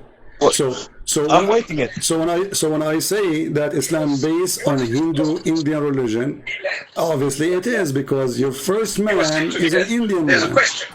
Where did he land? He came down on the earth. He was sent to the earth. There's a question. Wait a minute. Where did he land? He wasn't just thrown so that suddenly he landed, meaning he dropped. But Allah placed him on the earth. This we find in the narration of Rasulullah. Okay, now mute YouTube. Mute YouTube. He came down in what is known as the Mute YouTube. Indo. Mute YouTube. See? So you're a prophet, and your religion is based in the Hindu belief. You believe that Adam, the first one who believed in God, he is an Indian, and he brought the religion of the Indian man with him to your land, and he is the father of all the Arab. He is the father of, so he is the first man. So according to your belief, that you are an Indian too. So stop saying to yourself, I'm an Arab. You are not. Either you believe what your prophet said, and here the scholar, he will quote for you your prophet saying that. So either you accept what your prophet is saying, or you don't accept it. So you Muslims are weird. You are Abdul when you want. You are not Abdul when you want. When we got you busted, you say Allah knows best, and the best scenario you will hang up like last time. So obviously, all your religion is coming from the Hindu religion, the black stone, kissing. Black stone is holy, in the shape of a vagina. Hindus, they have a stone, present the man private part, the women private part. They put it in the middle of the temple. They believe it's holy. They put flower around it. They believe in fertilization, and you Muslims believe in the same. And even women, they used to go around the Kaaba naked, circulating, and then when they want to have a baby, they put their hand when they have their period and their private part, and they place it inside the black stone. And this is explained why the black stone have a shape of a vagina. But the Prophet put a stop to all this. Thank you, guys. Did you hear it? The Prophet, he put a stop for all of this, so he agreed in everything I just said. The only thing he added, that the Prophet, he stopped, but he did not. Didn't your Prophet kiss the black stone? No, I said he put a stop to believing How he put a stop? in many no, gods. No, you see, also he still believe in the black stone, so he still copy what the Hindu believe. So still he have a vagina, so he practice the ritual of other countries or other belief, and now you says that he stop other things, like what? Because the Arab at that time, they practiced it. So he practiced it too? I mean, that you just, so who's copying who? I thought he came to fix it. He made it blind now. So now he make it as part of Islam. He make it part of his religion. He made it okay. He make it what? The Kaaba is a cultural practice that the Prophet allowed it. So it is not from God. It is a cultural practice. Is that correct? No, the stone is from Allah. It's from Allah. So it's not cultural then.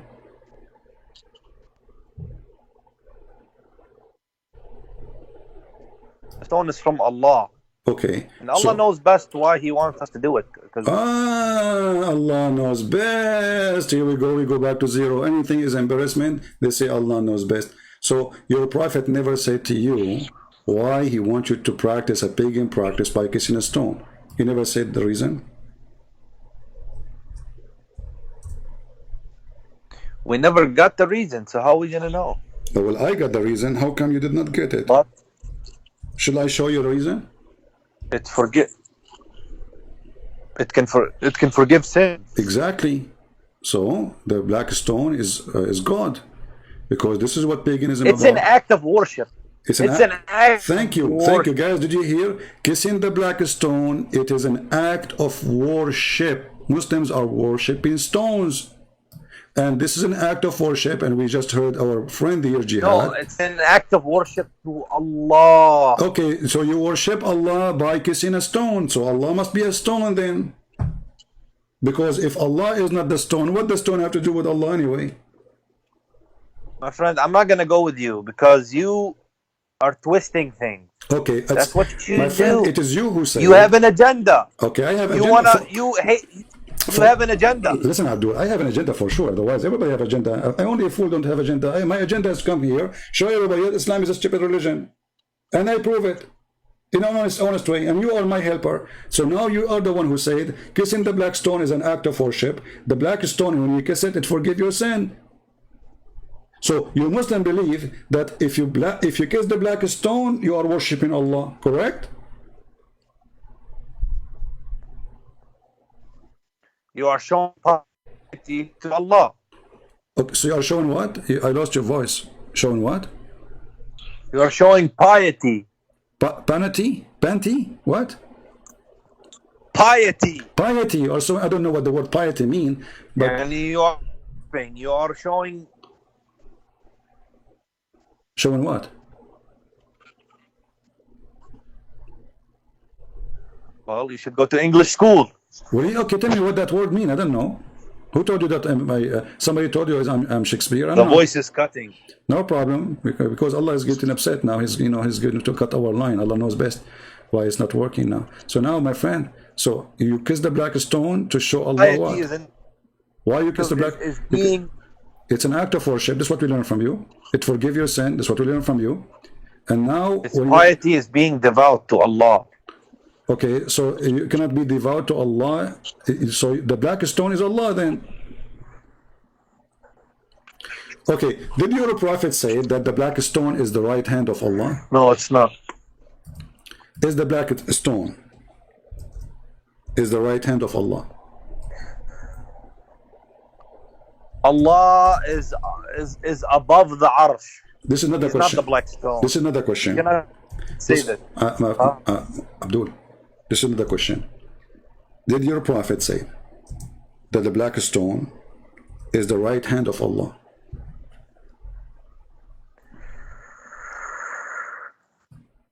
Show the reference. Each time I want to show you, say the reference. I show the reference. Okay, let me show you the reference. Here we go. Give me a second. All right. Show the reference. Look at these. Okay, hold on. Okay. Look at how disrespectful your fans are. I know, come on. Okay, I know, come on. Come on, Zakir, come on, listen. Okay. They have no respect. Okay, I have no respect for sure. I don't respect And people. you always I interrupt. have no respect You for want to people. silence me. Hold on. People call us pigs, monkeys, filthy, najis, Nasara. You call us all kinds of names and you talk about respect. Shame on you. Read carefully. This is your Islamic website and this is the reference. It says here that you're a prophet, he says. Did I say that? Huh? What?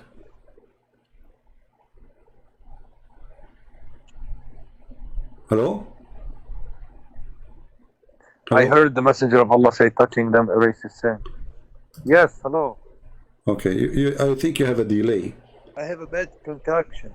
Yeah. This is what happened when you use the internet of the neighbors, you know? I mean, come on, man.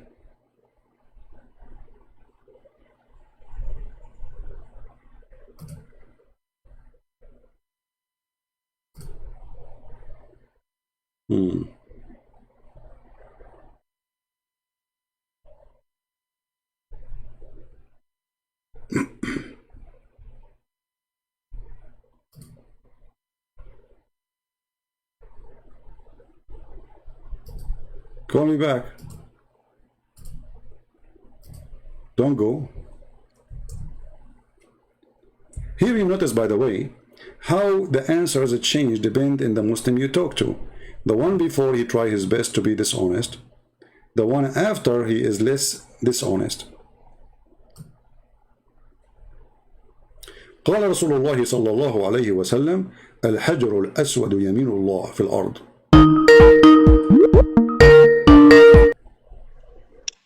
Okay, Jihad. Is the voice coming good? No, it's fine. Now I'm showing you the reference in the front of your eyes. I don't know if you can see it. You see it? It says, Oh, Abdul Rahman. Okay, it says الحجر الأسود يمين الله في الأرض يصافح بها عباده. يد اليمين. Where it says the يد اليمين? No, it says الحجر الأسود يمين الله, the right hand of Allah. يمين الله. Yeah, يصافح بها عباده.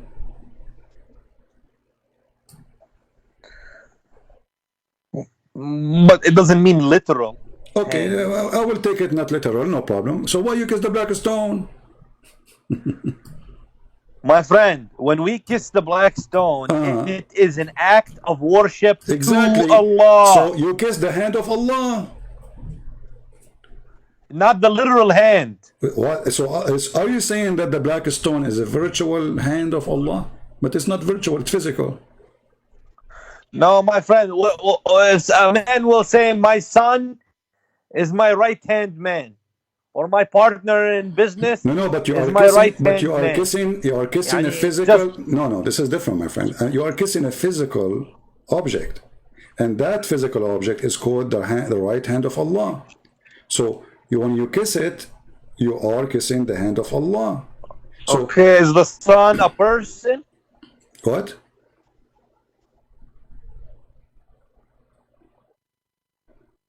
My friend, it's not literal. But it's okay, not literal. Is the black stone a real stone or it's not literal stone? No, it's a stone. It's a stone. Thank you. So the stone is a stone, and you are kissing what? You are kissing a stone.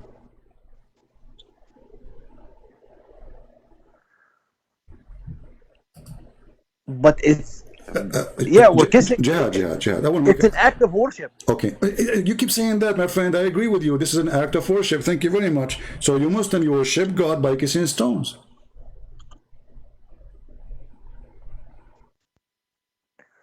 No, we worship God through salah.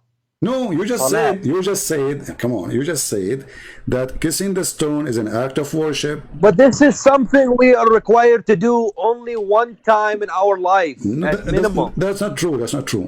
Or minimum, guys, minimum. Oh, okay. No, anytime you go around Minimum. the Hajj, because now you don't have access to the Kaaba, not everybody can go.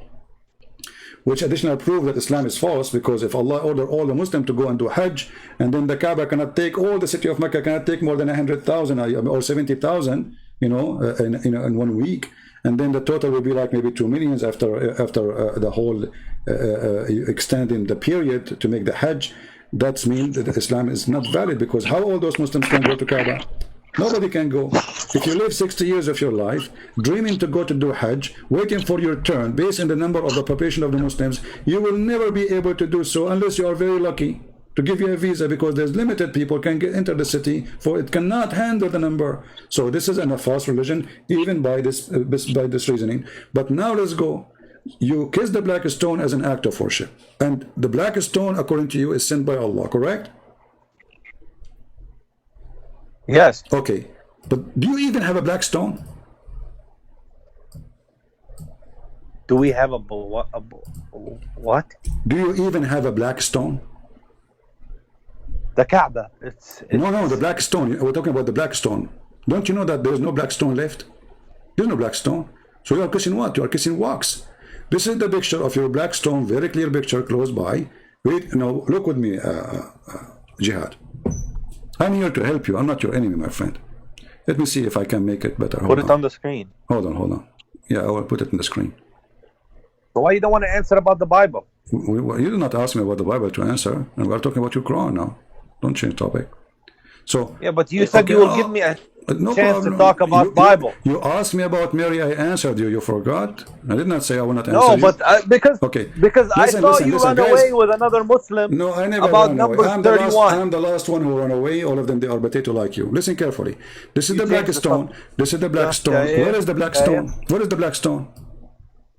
There's no black stone. This is wax. There's little tiny rocks. Well, the black stone in the time of the Prophet Muhammad sallallahu alaihi wasallam. It's not. It's so. It's what? It's not. It's. We have the Kaaba, so the stone. Don't go to the Kaaba now. I'm talking about the black stone. Where is the black stone? If Allah He order you that this black stone, and He told you this black stone is going to witness for you in the day of judgment, that's mean Allah will preserve the stone. But there's no black stone left. There's little rocks. The rest is wax. All this brown thing, red thing, this is wax. The little rocks here are the black stone left. Here we go. This is the black stone. That's what it was. Okay, hold on. That's what it was. So how Allah He said that this is black stone is going to witness for you in the judgment day, and nothing left of it? What kind of God? They need wax maintenance to be done every few days in the Kaaba to maintain His stone. He could not maintain it. Couldn't Allah He send a strong stone, which a stone will stay forever without, even it's a stone, what kind of a stone they chose? Look at this. There's no stone left. You have little tiny rocks, and they are the same size as the one your prophet used to. By the miracle of Allah on the day of judgment. What miracle? Look, it's gone. There's no stones. Look, this is one. This is two. This is the second one next to it. And this is one. And this is one. And this is one. And this is one. That's it. Nothing left. Because a lot of time has passed. My friend, how this? You said you are kissing the black stone. But where is the black stone?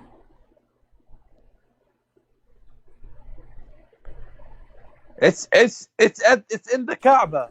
Okay, can't Allah preserve His stone and will not be affected by time? What kind of God? He's gonna preserve it on the day of judgment. Who need it in the day of judgment now? Hold on, it's not a stone anymore. Look, there's little rocks.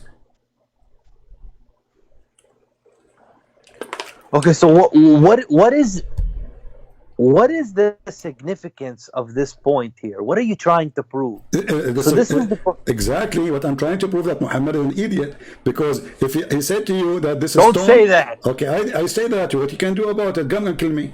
I'm not a person who's afraid. Did you see me cursing Jesus? You curse Jesus We every love day. Jesus. You say Jesus, you're a prophet. Nobody loves You're Jesus a as prophet. much You're as the Muslim. Muslim. Don't love Jesus. You hate Jesus. You curse him every day. And I can prove it to you. You're a prophet. He said that Allah, when Khadija was dying, he said to her, say hello to my wife, my greetings, my wives. She said to him, did you marry women before me? He says, no. But Allah, he promised me, the mother of Jesus. Your prophet, your filthy prophet, he said that he is going to have sex with the mother of Jesus. Is that cursing to Jesus? Is that hateful to Jesus? Or this is respect to That's Jesus? a lie. That's a lie. Okay, That's a what if lie. I show you right now and I will make You are spreading propaganda. Okay. I don't know if you are getting paid by Israel. Jihad. Oh, here we go. Paid by Israel. Okay, Jihad, listen. What if I show you the reference? You know, I am Palestinian. And I know Abdul, you are not a I am Palestinian. Palestinian. You are not. You are not. Huh? Aren't you Muslims believe that Umar al-Khattab, he entered this land? Are you an Arab or Palestinian? My friend, my grandfather was removed from his home in 1948. My friend, are you an Arab or Palestinian? But Palestinians are Arab. What are you talking about? Okay. Palestinian or Arab. I thought the first time Umar al-Khattabi entered, it was after the death of Muhammad. Okay, so what you have? Okay, now, so listen, I'm don't going to change explain the to you how topic. Islam Don't change grew the topic. in If region. If I show you the reference and the hadith that but Muhammad, hold on. If I show you right now the reference that your prophet, he been promised by Allah to have sex with Mary. You said to me, I'm making things up. This is hateful. Correct? Here we go. This is the hadith. Let me read it for. Actually, I can show it to you even from Ibn Kathir. All right. So let me give you the reference, and everybody will see in 2 seconds if this is true or No not. such thing as Palestine. Look. Go ahead. Yeah, there's nothing called Palestine. Why you are saying that? Why you are saying, there's no Palestine? Even your God, Allah never mentioned Palestine. We will go there. You see, they are not making things up. This is your religion. Even your God, he mentioned. So do you not support the Palestinians? Hold on, don't change topic. This is Ibn Kathir, page number 74. You see it? Read it. Huh? يا خديجة يا خديجة وقد يجعل الله في الكره خيرا كثيرا. I don't see it, CP. You will see it soon. It will come to you. Here we go. I put it in the screen already. أما علمت أن الله قد زوجني معك في الجنة مريم بنت عمران. Ibn Kathir, volume number 2, page number 74. I will click at translation, Google translation, so everybody can see. This is Ibn Kathir, and there is a Majma' al-Zawa'id. There's many books. Don't you know that Allah, he married me to Maryam, the daughter of Imran? Even the sister of Moses, Muhammad, the sister of Moses. Muhammad, he think Mary, the mother of Jesus, is the sister of Moses. الجنة مريم بنت عمران. So did I Oh, look at this! Look at this! He goes to the Shia library. My friend, He goes to the book of the Shia. Abdul, this is Ibn Kathir. The Shia are a bunch of liars. And the Shia are a bunch of liars. Ibn Kathir. If you read the book of Shia, it's like you're reading Alf Layla wa Layla. Listen, like a bunch of cartoon movies of Shia. Okay, guys, the book of Shia cartoon movie, not Muhammad. Muhammad is a cartoon too, but listen, isn't it you who mentioned to me last time that you accept Ibn Kathir? This is Ibn Kathir. This is a Shia library website, which means all Islamic books. But is it Ibn Kathir Shia version? There's no Shia version. Here we go. This is part number 2, volume number 2, page number 74. What's Shia version? This is your book. No. This is the Sunni book. Come to the Shia, this is Sunni book. This is Sunni book. This is not Shia. So this is Shia version of Ibn. No, here we go. Okay, open Ibn Kathir. Guys, this is Shia version. Open Ibn Kathir, volume number 2, page number 74, and read for us. Now, for sure, they will say to you, this is weak and this is garbage, etc. But your prophet, he said that. But listen. Okay, hold on. You said the Shia, they are what? Their books are cartoon. Why? It's like you're reading Alf Layla wa Layla. Like, why? It's like 1,000 night and night, he's saying. Like, why? I'll give you an example. You know, it's like a story. Give me an example.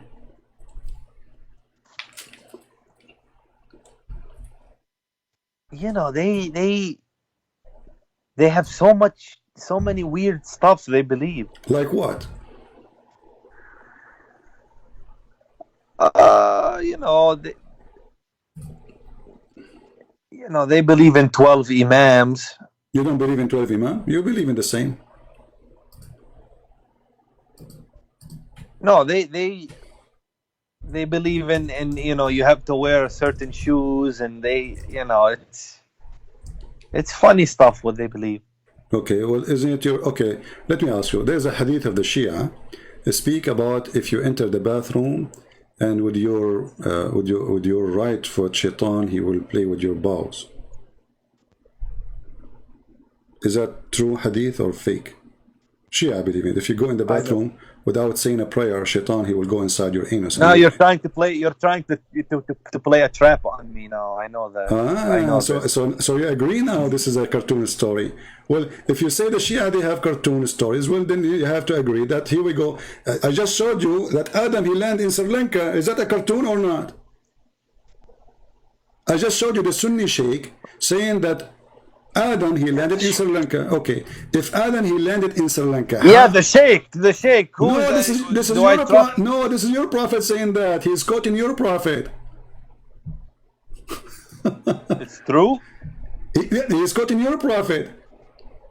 He's not making things up. You know, he's saying this is, you know, I can play it for you again. So this is from the hadith. This is from the hadith of the Sunni.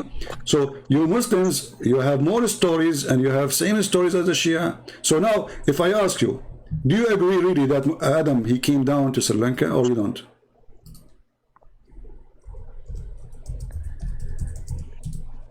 Well, it's possible that he did, but I wasn't aware of this. So a second ago you were talking about Shia funny stories, and now it's possible? What is possible about it? Let us go and look at the map of Sri Lanka. Sri Lanka is an island. But I didn't know. I wasn't aware of that. No problem. I wasn't aware. Okay, no problem. Now you are aware. So now Sri Lanka is in the map as we see it. It's an island. It's not connected to the land. Okay, now Adam, he landed there. Allah, he sent him down to Sri Lanka. That's wonderful. How Adam was able to go all the way to Mecca?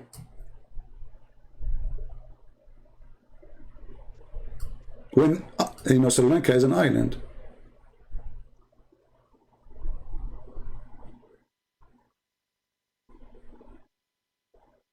This is the first man. Don't tell me he took a boat. He don't have tools yet. But Adam, you know what he had? That he had direct. What direct? Adam? Okay, Allah, he sent him down to Sri Lanka. Okay, we got that. Now, Muhammad... No, he didn't say Sri Lanka. He said India. No, he said Sri Lanka. I can play it again. He said Indo Peninsula or something. No, he said like India. This. He said India. He said India, and he said Sri Lanka. Sri Lanka is so, my friend. So you have to go a little bit west. Okay, hold on. So Sri Lanka. Okay, Sri Lanka is an island. So now Adam, he have to go all the way through India. Keep going. Keep going. Okay, this is stupid. This is stupid. He didn't go to Sri Lanka. He's talking about maybe, you know, India close to Afghanistan or something like that. Okay. Oh, you know what? The problem is that you cannot hear. I'm trying to find a way to make you hear my audio. Hold on. Let me see if I can adjust that so you can hear the video with me without switching. Let us see if I can add an audio source, because the only way to make you have that now is, let us see how we add one. Maybe we cannot add one now. Okay, add. Mix. Well, you know what? Let us I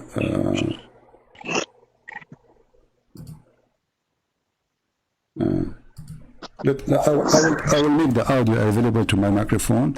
Even that will make your voice less clear, so everybody can hear. Mute YouTube, please. Be sure your YouTube is muted. So let us go and see what. All right.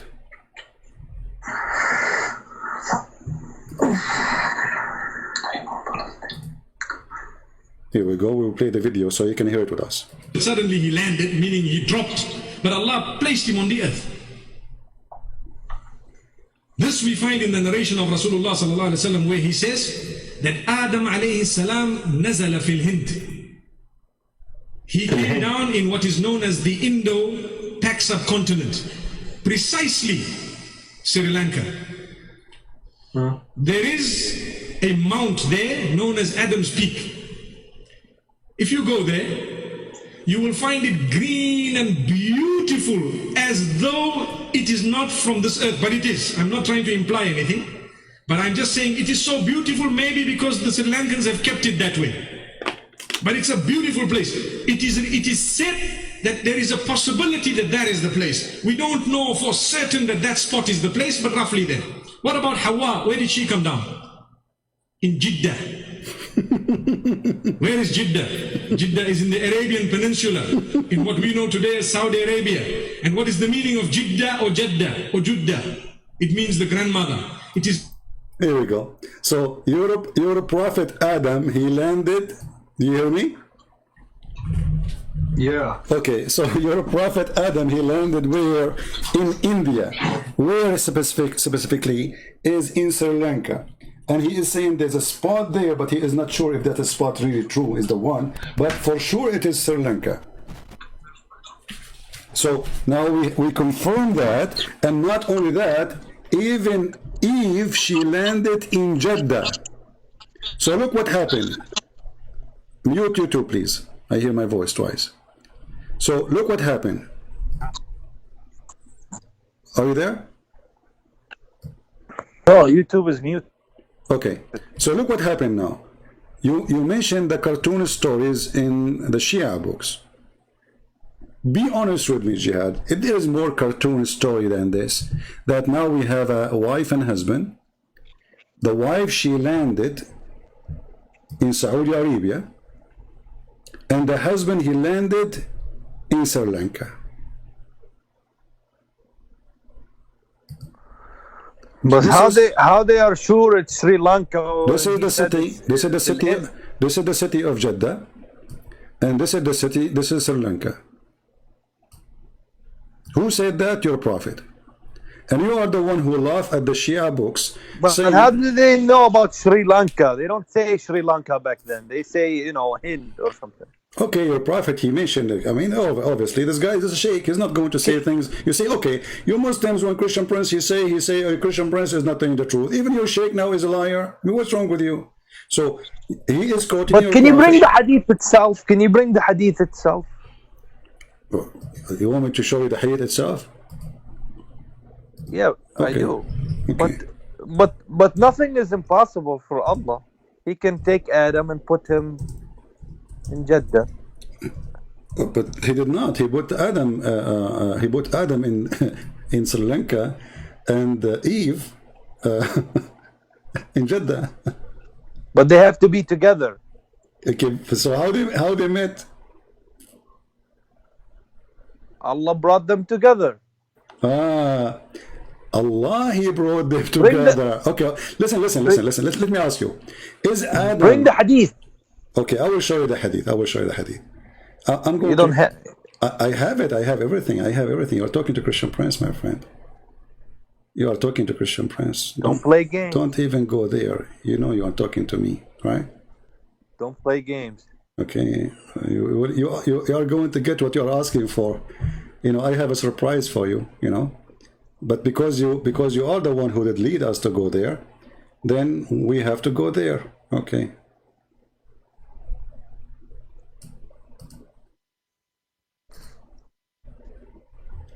Is it true that you Muslim believe that Adam is Buddha?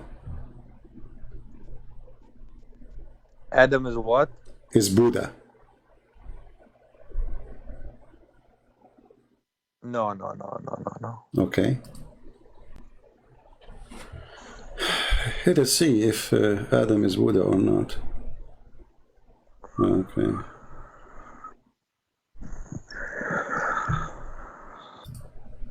My friend, don't play games. Don't be funny for the audience. I know you have Okay, we will to see. make a Okay, show. hold on. Okay. I know you have to make a show. Okay. Let's see. Here we go. Read with me and let everybody. Collecting donation. Read with me. Read with me. The one who collect donation is your prophet. Every 2 minutes he talk, he asks for donation. Did you hear me asking about donation? I go here every day, and I don't say, hey people, if you don't make donation, I will not go live. And I was doing most of my life for free without even asking for a penny. So don't talk about donation. It's your prophet who claimed that you have to make a donation to Allah in order to be forgiven. I don't promise people forgiveness if they donate to me. That is a scam. That's what your prophet you do. Now read with me carefully. فقال ابن عباس فلما أهبط آدم على جبل نود كانت رجلاه تمسان الأرض ورأسه Put the بالسماء. mouse. I'm putting it. Here we go.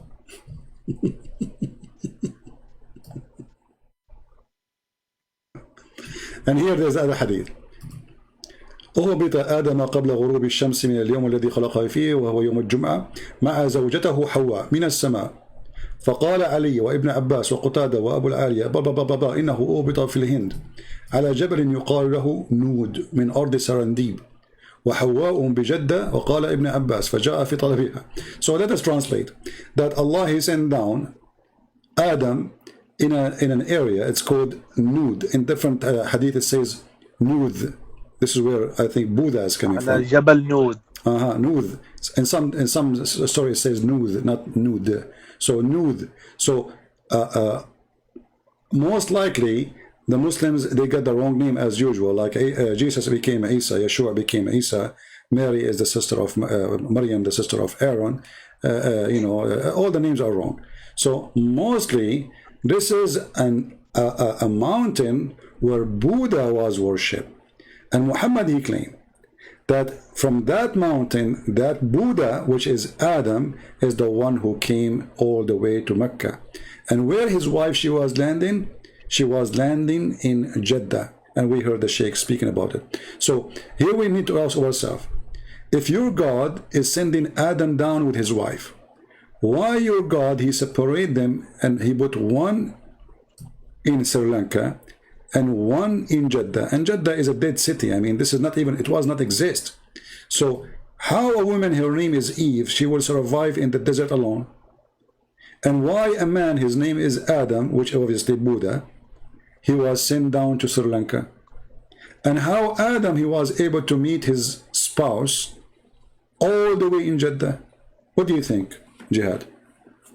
I'm showing you reference, I'm showing you what your scholar says, what your sheikh says. What book is that? This is Ibn al-Athir, the one I'm showing you. I can show you from I can show you from Al-Qurtubi. I can show you from wherever you want. What do you want? What do you want? All the books I can show you. You are reading things in a wrong way. That's the problem here. Really? You think so, my friend? You are understanding things in a wrong way. Okay, explain to me. We just heard the Sheikh saying that Adam, he was sent down to Sri Lanka, and Eve, she was sent down to Eve. So is the Sheikh too, he get it wrong? But Allah must have brought them together. Okay, but Allah did bring them together. No problem. Do you agree with this or you don't?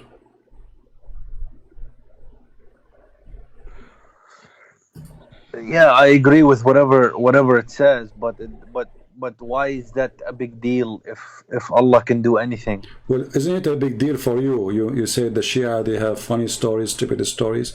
Now this story is okay. So when the Shia, they believe if you wear a black shoe, your penis will not work. You laugh at it.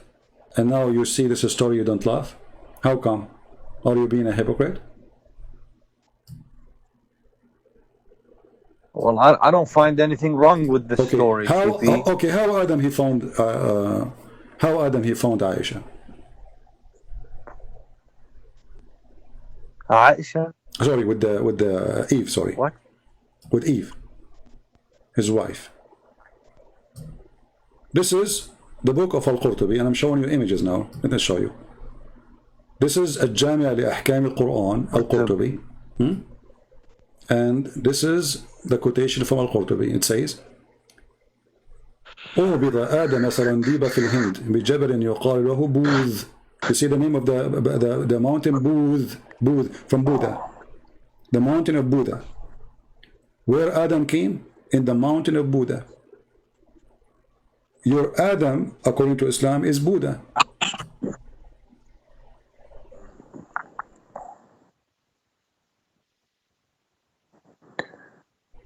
And not only that, they explain why Adam became bald. Because he was so tall, and the cloud, brother, he was touching his head, and that make him bald, brother. صرادب في الهند. Yeah, do you see it? جبل. The sky was touching his head because he was so tall, brother, and that made him, brother, bald. Do you agree with that or you don't? Bald? Bald. The reason he became bald was because of that, because he was so tall and the cloud was touching his head, so he lost his hair, he became bald. What is this book? This is الجامع لأحكام القرآن القرطبي, Imam al-Qurtubi, my friend. Show respect, please. Stop saying what this book, you are screaming at al-Qurtubi, shame on you.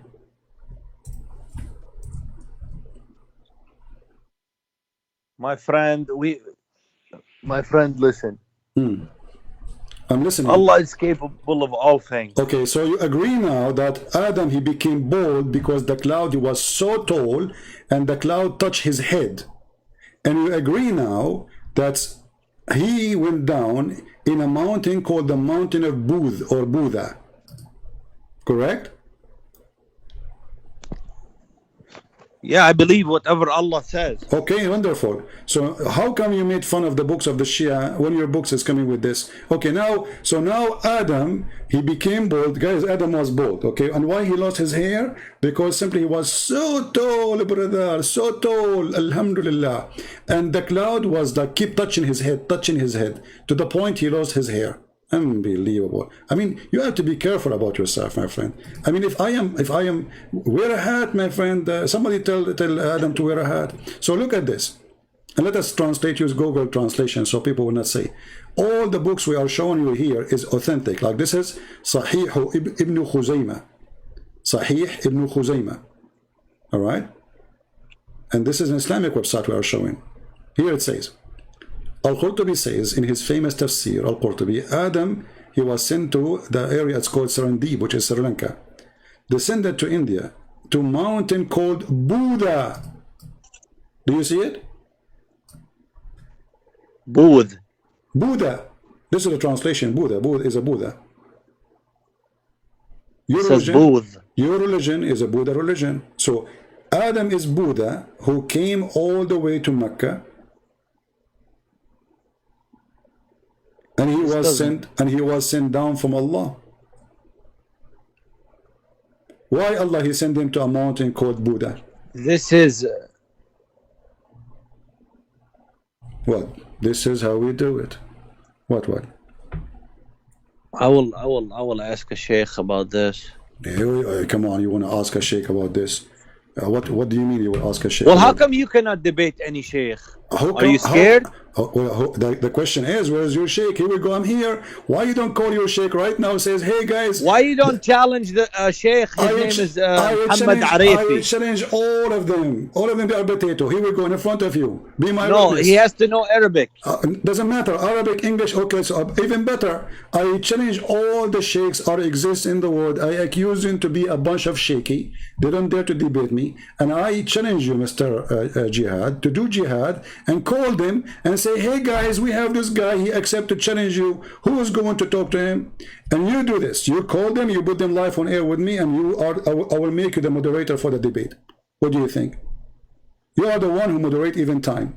You know, we will give them, like we will do it like equal time, but not for long. I mean, like because the problem is you mute people, you cut them off. You will be the moderator. You will be the moderator. When you say to me, it's time, your time is up, my time is up. When you say to him, your time is up, his time is up. And people will be the judge. If you will be fair. Okay, Al-Qurtubi says in his famous tafsir, Adam descended in India to a mountain called the Buddha. And with him was the wind of paradise. Baldness. Okay. And then he became bald because the sky was touching him. The wind of paradise came and he was so tall, and then My friend, we cannot question Allah. I know. Question Allah. Yeah, we cannot question, so okay. Yeah. Because you have to understand, CP, this life is a test. What does have to do with my question now? What does have to do with my question? I'm gonna explain. Allah is not gonna give you everything which makes clear sense to you, because He needs to know that you have faith. And when you have faith and you worship Him, then you have a chance to go to Jannah. But it's not guaranteed. That's number one. And number two, what I see in the Christians is they don't care about the akhirah. They love the world. Why? They love the world. How come? We are allowed to have only one wife. It is you Muslims who go after your penis, keep divorcing, marrying, divorcing, marrying, divorcing, marrying, and you do mut'ah, and you do misyar, and you do zawaj a friend, and you are the one who love the world. You are the one who like to own slaves. You are the one who like to abuse women who they are poor. And even the Quran says, if you have an orphan, have sex with her. And what kind of religion says have sex with the orphan? So it is you who love the world. It says you have to deal kindly with the orphan. No, it says you have sex with them. You want to show you the verse? No. I know it says you have to deal justly with the orphan. No, justly in what? In bed, right? Justly. And not consume their property. Okay, but you have sex with them. Is that how they have a property, and you will take and you are helping them? So they do not need your help. Leave them alone. So what do? You have sex with them. But it doesn't say that. Abdul, listen. Hold on. Now let us focus here. So the black stone obviously is a pagan stone. You Muslims believe that Allah, He sent Adam, aka Buddha, to the mountain. It's called the mountain of Buddha. Why it's called mountain of Buddha? You see, Allah, He sent Adam to the mountain. It's called the mountain of Buddha. Why it's called the mountain of Buddha? Because obviously Buddha was there, right? Or Allah named it the mountain of Buddha, because there are no people yet. There's no people yet. There's no human being. So why Allah He called that mountain? But this goes again. But here we go. This is not the story we get in the Quran about Adam. Who cares? This is not the story we get in the Quran about Adam. Are you saying that you're prophet and you're Muslim, you create stories that they don't make sense? Are you saying we Muslim, you lie about Islam? Isn't this your Islamic books? Isn't this your book? Is that like a book of the Hindu? What I'm telling you is that this story is not consistent. How is it consistent? Hold on. So the Sheikh, he was speaking in TV. How come nobody stand for him, says this is not consistent, you idiot? How come none of you flag his video, you idiot? How come you don't say to him, this guy is a kafir teaching lies, you idiot? You make videos about me saying Christian Prince is lying, and I am showing you reference. But when your Sheikh, he said, show the same reference, you don't go flag his videos, and you don't cry, and you don't say he's lying. 107 lie, 110 lie, 105 lie. So is that a lie? You just said yes. But none of you open his mouth, because you are hypocrite. For now it is laughable. We expose it, how stupid it is. You try to deny it, but this guy Sheikh video is there for a century, and Muslims give it like, and Muslims love it, and nobody complain about it, and all the videos are the same. But now, because listen, the Muslims do have debates about certain issues. No, you don't debate. Muslims, you kill each other. You don't debate. I never heard a Muslim debate in a Muslim since when? When the Mu'tazila, when those people, they say certain things about the Quran, you kill them. What debate? So don't tell me we debate, and now I'm showing you. Do you agree that, okay, how tall was Adam?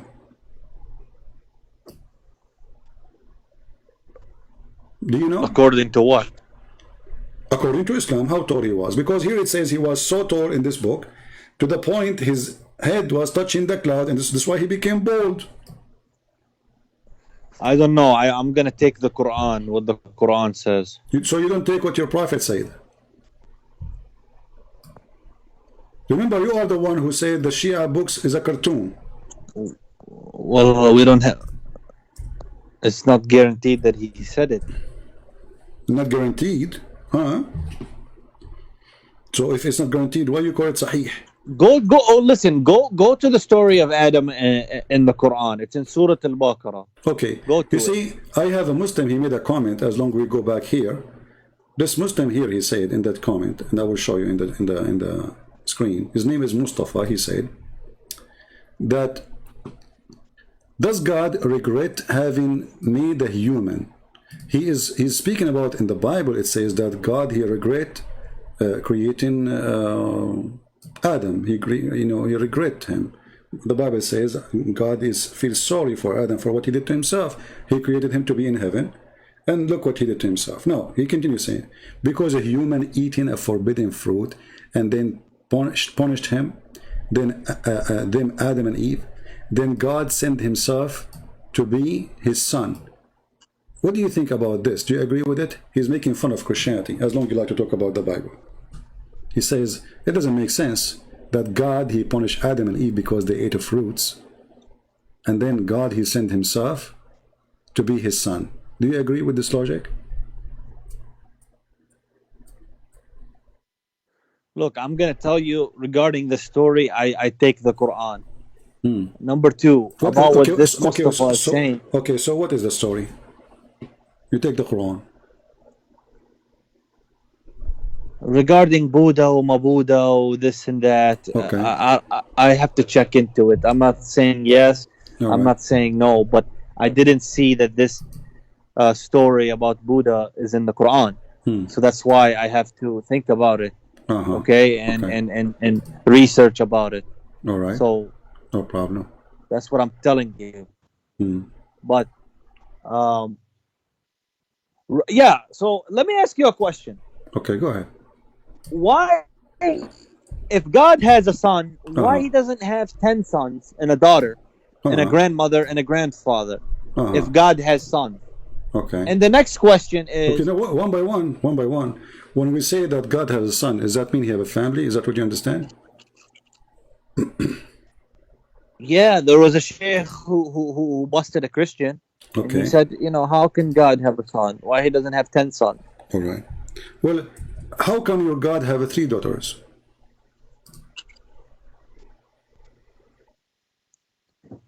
He doesn't. That's abrogated.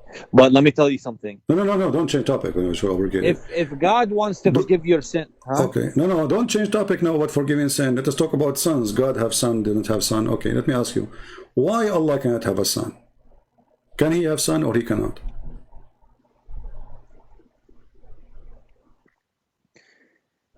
Because Allah subhanahu wa ta'ala is the most high. How high he is? What does that mean? Most high. You keep saying most high. There's nothing high, nothing down. I mean, the earth is round, and now we are high, and after a few hours we will down. What high? So you say Allah is up. Where is Allah now? Is Allah above you or underneath of you? He is above.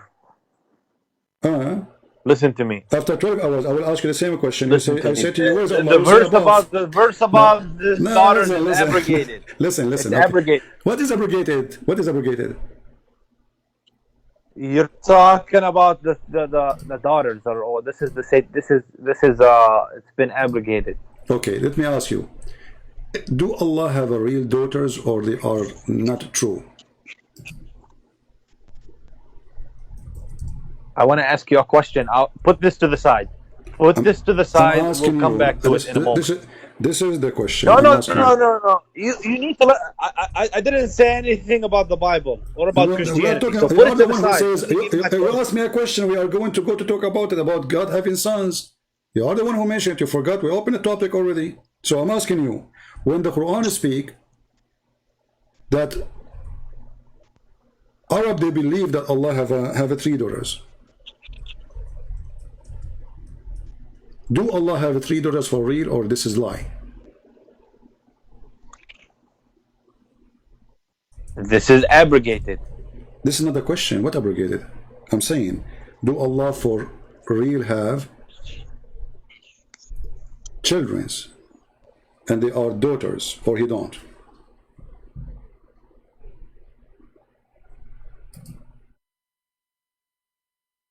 Okay, I have to go, my friend. Thank you. Okay.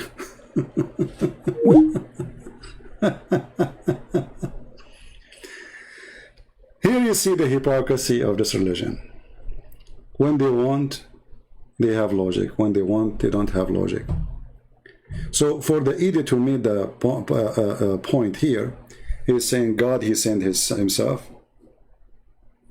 First of all, we Christians believe that Jesus is a person, the Father is a person, Holy Spirit is a person, one God, 3 persons, one God. If you say how that can be, well, can you explain to me how God can be God anyway? Look like you want to tell God how he can be. Hypocrite. We just heard Jihad saying you cannot question God.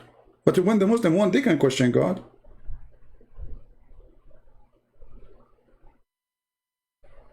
You cannot question God. But in a second they can. Now, look what he said here.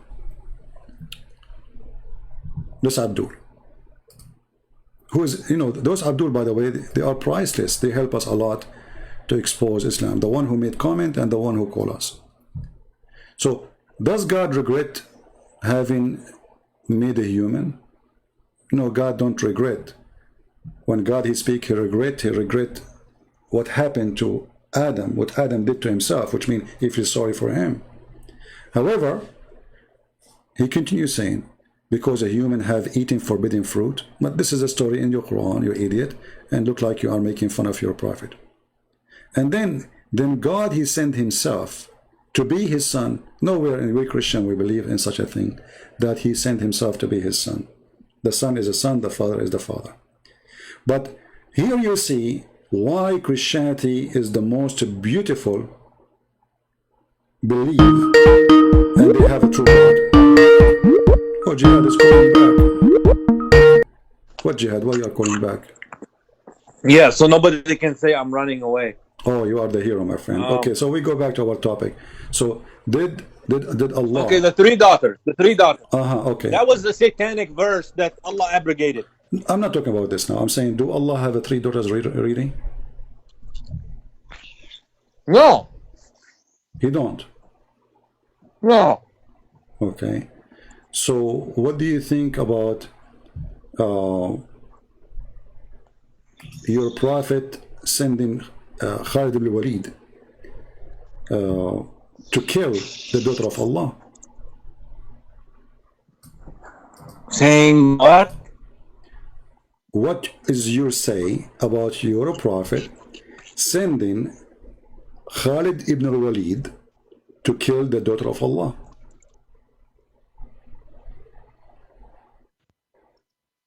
Khalid ibn al-Walid? Is that in the Quran? No, not in the Quran. This is from your prophet's statement.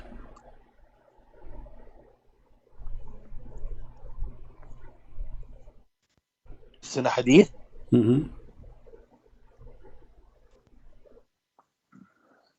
Well, So? is it? Can you put the reference? Okay. But I'm asking you now, before we put the reference. I don't agree that Allah has daughters.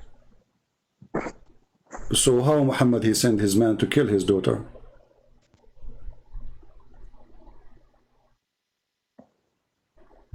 It's not true. Well, okay, let us see. It's not a true hadith. It's not a true hadith.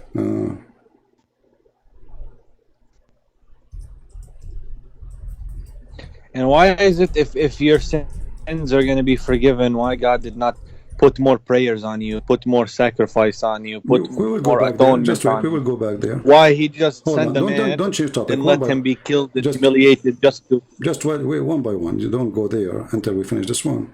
We will go. We have time. You said you will not run. I like that. No?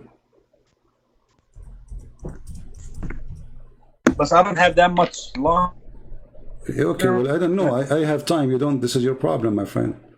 This is not my problem. Stay, and we will see. Here we go. I will do what I can to bust This you. is the book. This is the book of. Let's see here. Hold on. Give me a second.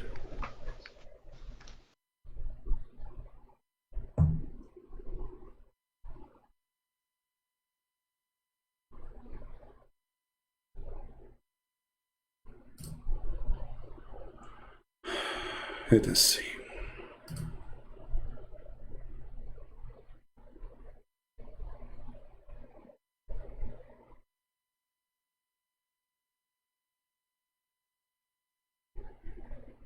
All right.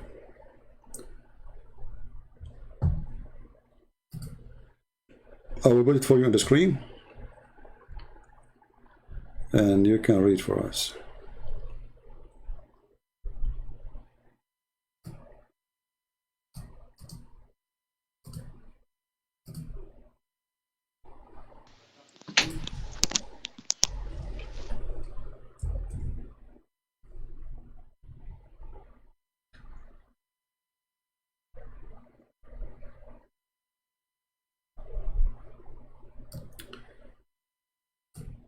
This is the story. This is the book of Al-Bidayah and Nihaya, Ibn Kathir. So you cannot say this is Shia book. Your prophet, Muhammad, he sent Khalid ibn al-Walid, and he sent him in a mission. And the mission is to find Al-Uzza and to kill her. So Khalid, he went there. If somebody have the link in English, post it please for people who speak English. So he sent him there, and this Khalid, he cut a tree, he destroyed a house, he did whatever, Muhammad, he sent him back. He said, "You're not done. You're not done." So he said to him, "Go back." And then when he went back, he found a woman, and this woman, she was black, and her hair was all over her head, like, it's not camp, and she was screaming. And then he jumped over her with the sword, and then he killed her, and he says, "Ya Uzza, kaffarnaki la sabbahnaki." "Oh Uzza, we became kafir against you, and we will not praise you. And I see that Allah, he humiliated you." And then he destroyed the house, and he took all the money inside. He's a thief, like he's a prophet. And then he went back, and he told Muhammad, and then Muhammad, he said to him, "That was Al-Uzza. Don't ever worship it." Do you see it? Don't worship her. Yeah. But he said, this is Al-Uzza.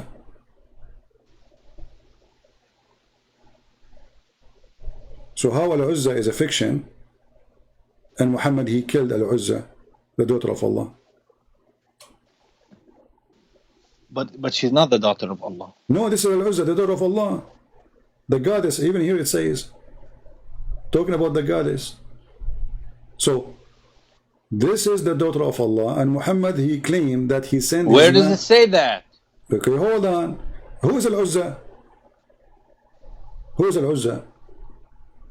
The goddess. In front of you it says, and don't worship her. Why? So because they worship her. She is the goddess. You are an idiot or what? It says, and don't worship her. Why? It doesn't mean daughter. Oh, okay. Why they worship her? Because she is Al-Uzza.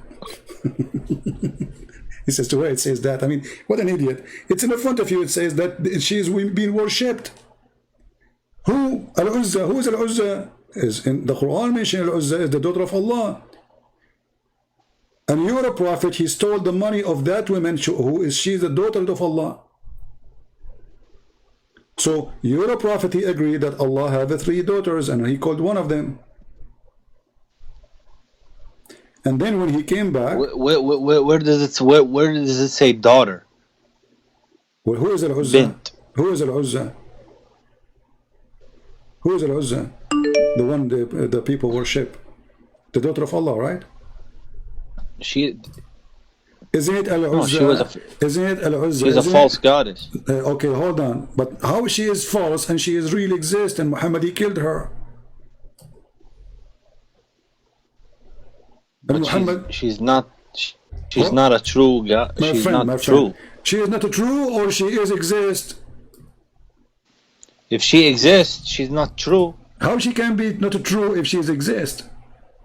And she's not a true goddess. Okay, hold on. Does the Quran so when the Quran says, have you seen Allat and Al-Uzza? Have you seen? Does the Quran say, have you seen?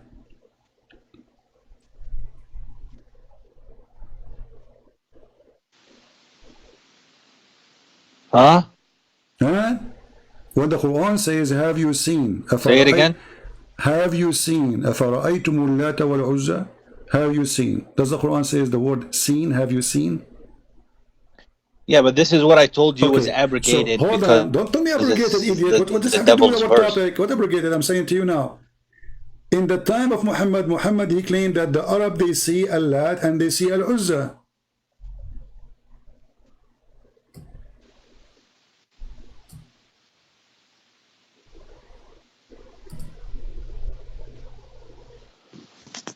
But these were abrogated, CP. Listen to the question. Have they seen it or they did not see it? Did Muhammad, did the Arab, did Khalid, did these people see Allat and Al-Uzza and Manat? Did they see them, the three daughters of Allah, or not? No. So the Quran lied then, because here it says, have you seen? No, it says, have you seen? Yeah. Have you seen Allat al-Uzza? أَفَرَأَيْتُمُ اللَّاتَ? You didn't see it. No, they didn't see it, because he's saying, have you seen it? Have you seen Allat al-Uzza? Have you seen? No, he is confirming. He is confirming that they saw, not the opposite. He did not say they are not exist.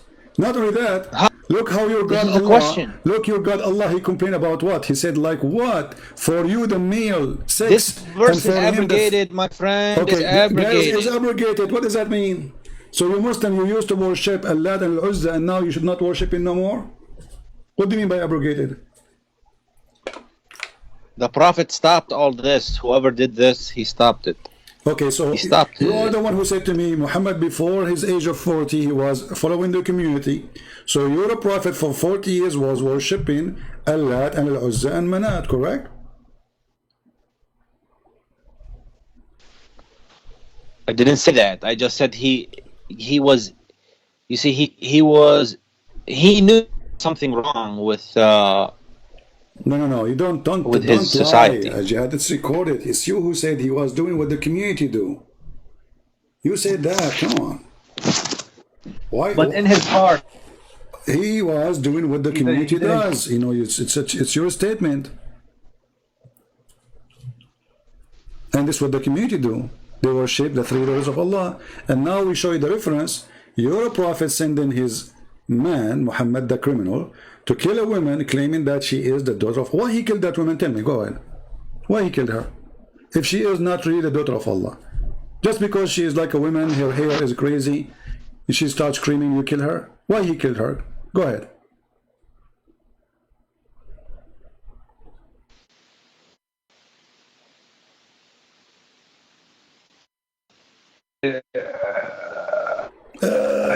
Squeeze it, no problem. I'm telling you. It's going to come. I am asking you. Don't change the topic. If this woman, Muhammad, he said, this is Al-Uzza. When Muhammad, he said, this is Al-Uzza, Tilka Al-Uzza. Okay? So he confirmed that this is Al-Uzza.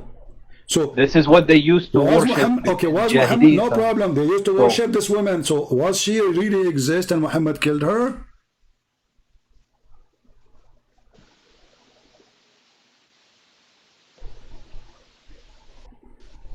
She exists, but she's false.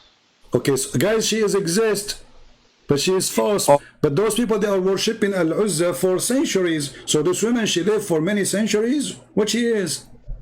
She lived in that area in Mecca for centuries and centuries. And those Arab, they worship the three daughters and they live there for centuries. Are they human? Are they human? They are human. They are women. As you see, it says here, it's a woman. She has a black hair and she's black. Did he kill her because she's black? Why here the reference says she's black? He's black? Yeah, why he's saying Imra'a Sawda'un? Don't you see it says Imra'a Sawda', a black woman? Why Muhammad you want to kill a Okay, black are you woman? going to answer my question about the Bible? Okay, so okay, we will say that you have no answer. Obviously, Islam is full of fiction, stupidity, and here we go. Muhammad is a pagan person, and now he is in competition. He don't like Okay. the daughter I'm of gonna Allah. call, okay, I'm going to call you next time. No, don't call me. Call Don't you call me next time. Now, let us answer the question you asked me. What is? Repeat your question again. Go. I'm telling you, I'm asking you, Yeah. if God is going I lost you. If God why is he what? has to send a man to be humiliated? Well, who said that God he sent a man to be humiliated? He did not. He did not send him to be humiliated. It's us who did the crime against him. But what Okay, let me ask tell you. you fast? Okay, did Allah he send Muhammad? Did Allah send Muhammad to the people of Taif, and the people of Taif they spank him and they beat him and they humiliated him and they broke his teeth and they made him bleed? Yes or not? They did, right? I can show the reference. So did Allah send Muhammad to Taif to be humiliated? But He's what? no, it's different, man. It's different. What different? What different? So Muhammad, Because you're claiming Muhammad was he's- beaten, Muhammad was spit out, Muhammad was etc. They made fun of him, and Allah he sent him to be humiliated. Why Allah did not say to him, "Don't go"? Here you see the hypocrisy. For us, we know that God he loved the world, so he sent his only begotten Son. Oh, And if you're we- not understanding. Okay, the Quran says God will not punish you unless he send you a warner. Correct? For sins, to die for sins. He didn't send for sins. Well, when I'm we saying say- why he sent somebody Okay. to be humiliated for. No, he is not sending anyone to be humiliated. And Muslims, they always fabricated stories. It's not there. Like Mary, she is the wife of God. We don't believe in such a garbage. So we don't believe that Jesus was sent to be humiliated. We believe that Jesus sent to save us. So if some of us commit crimes, But how he's going to save you? Why? very He cannot simple. do more. Why? Very If he's simple. going to save you, Very simple. he cannot put more fasting, more praying, more this. No, you see, in Christianity we fast that. more than you. You Muslim, you don't fast. Your Ramadan is a joke. You just flip the day night and you sleep in the night. In the daytime, you wake up in the night time and you eat like a goat. In Christianity, we have a lot more days of fasting. As an That's not example, true. shut up. In Christianity, those who follow the Orthodox calendar or even the Catholic, True. hold on. For the Easter, we have 50 days of fasting. For the other occasion, we have 40 days, total at least of 90 days of fasting, total fasting. Your fasting is a joke, you don't fast. Secondly, And nobody practices, nobody does it. you're a prophet, he sucked the tongue of Aisha when he's fasting. He played with her vagina. USA, He touched- in hold USA, on. everybody does Is it halal for the prophet to suck the tongue of Aisha when he's fasting? Is it halal to touch her private part?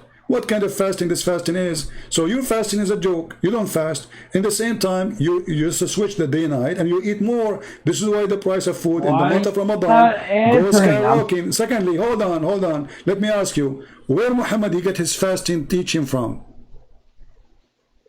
Why one man can save sins? Why you do not have more prayers, more duties instead of Okay, hold on. You keep This talking man about is dead, equity. this man I cannot hear you. Your voice is not clear. Listen, he keep talking about more prayer. We Christian, we pray more than you. All day can be a prayer. You Muslim, you pray 5 times a day for 5 minutes. You repeat the same stupid thing. You're not even praying. Bismillahir Rahmanir Rahim. Alhamdulillahi Rabbil Alameen. 5 words. You are done. This is not a prayer. You are even repeating the same word of Allah. No, you have to recite more Quran. No, you don't. You recite the same words which Muhammad he said, claiming that Allah said to him. So what is your prayer? You are just a parrot. You are a bird who repeats like a phone machine. You know, when you receive this beep, beep, give us your message. You don't even give a message to Allah. You say to him what he said to you. Have you ever heard of a stupid religion like this? You call your God 5 times a day and you tell him what he said, not what you said. This is Al-Fatiha in front of you. In the name of Allah. This is what you say to Allah. I mean, you are talking to Allah now. You say to him, in the name of Allah, the most gracious. And then praise be to Allah. So, Every day I will call Allah 5 times. I will say to him, Bismillah ar-Rahman ar-Rahim, Alhamdulillah Rabbil Alameen, Ar-Rahman ar-Rahim, Malik yawm al-Din. But my friend, the Christians in USA, the Christians in Boy, have you ever heard of a stupid prayer like this? Where is the prayer? There's no prayer. So you are repeating yourself 5 times a day, saying what Allah He said. So imagine there's somebody call me in Skype 5 times a day. I say hello. He said to me, Christian Prince, in the name of Allah, the most very gracious. I mean, like, what the heck? So what is the prayer? You don't What is care? wrong with you? Why are you? No, why are you I'm just asking like, you in the front of everybody. Where is the prayer? I'm asking just you, repeat Abdul. I'm asking you in front of everybody. Where is your prayer? I'm listening. This is not your prayer. This is Allah prayer. Where is your prayer? Okay, first of all, we say Al-Fatiha, and then we say another Quran verse, and No, we you need to don't. memorize, No, you don't. which takes No, you mental don't. effort. You are lying. You don't. This is the prayer. What are you talking about? You say Fatiha, and then you say another Quran verse. What Quran إِنَّا verse? أَعْطِينَاكَ الْكَوْثَرَ. Okay. صلي. What does this have to do with the prayer? Inna a'tainaka al-kawthar. Okay. Allah, He's saying to you say to Allah, Inna a'tainaka al-kawthar. Hold on, guys. He said to Allah, Inna a'tainaka al-kawthar. What does that mean? Anything, any verses, my friend. No, you no, say, you just said, no, you know, you people just they said, like to memorize you the just short said one. Allah, He gave Muhammad al-Kawthar. What is that? His penis? No.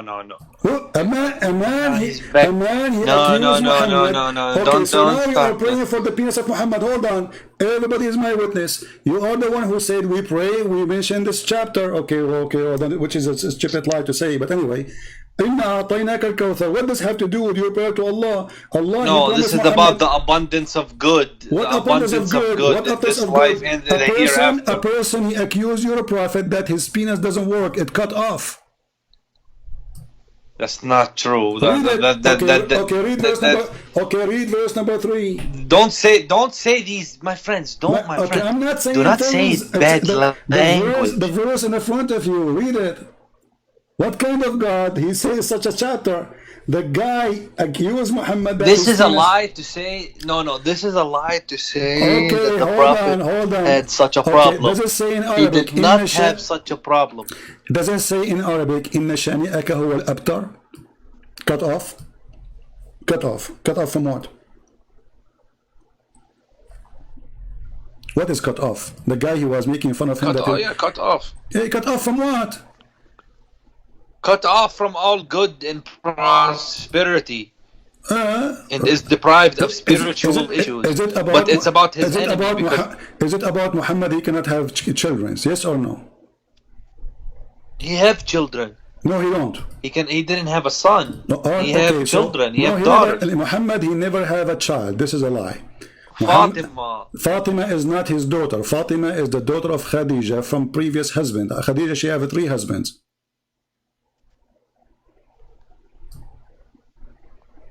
What? Khadija, she have 3 husbands. Muhammad is number 3. She changed cars every few years. She is rich. She married men for fun. And those children are not from Muhammad. Muhammad is a person who cannot have sex. And they're proven in front of you. Let us go and read. No. Shall we go and read the interpretation for the chapter? Do you agree? If we go and read the interpretation. Chapter 106.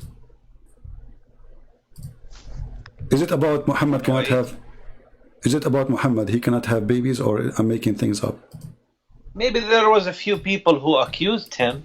Okay, but is it true that it's about him cannot have babies? Yes or no? He had daughters. This is not the question. No, he don't have daughters. This is why they are making fun of him. Because simply, if you have, they will not make fun of him.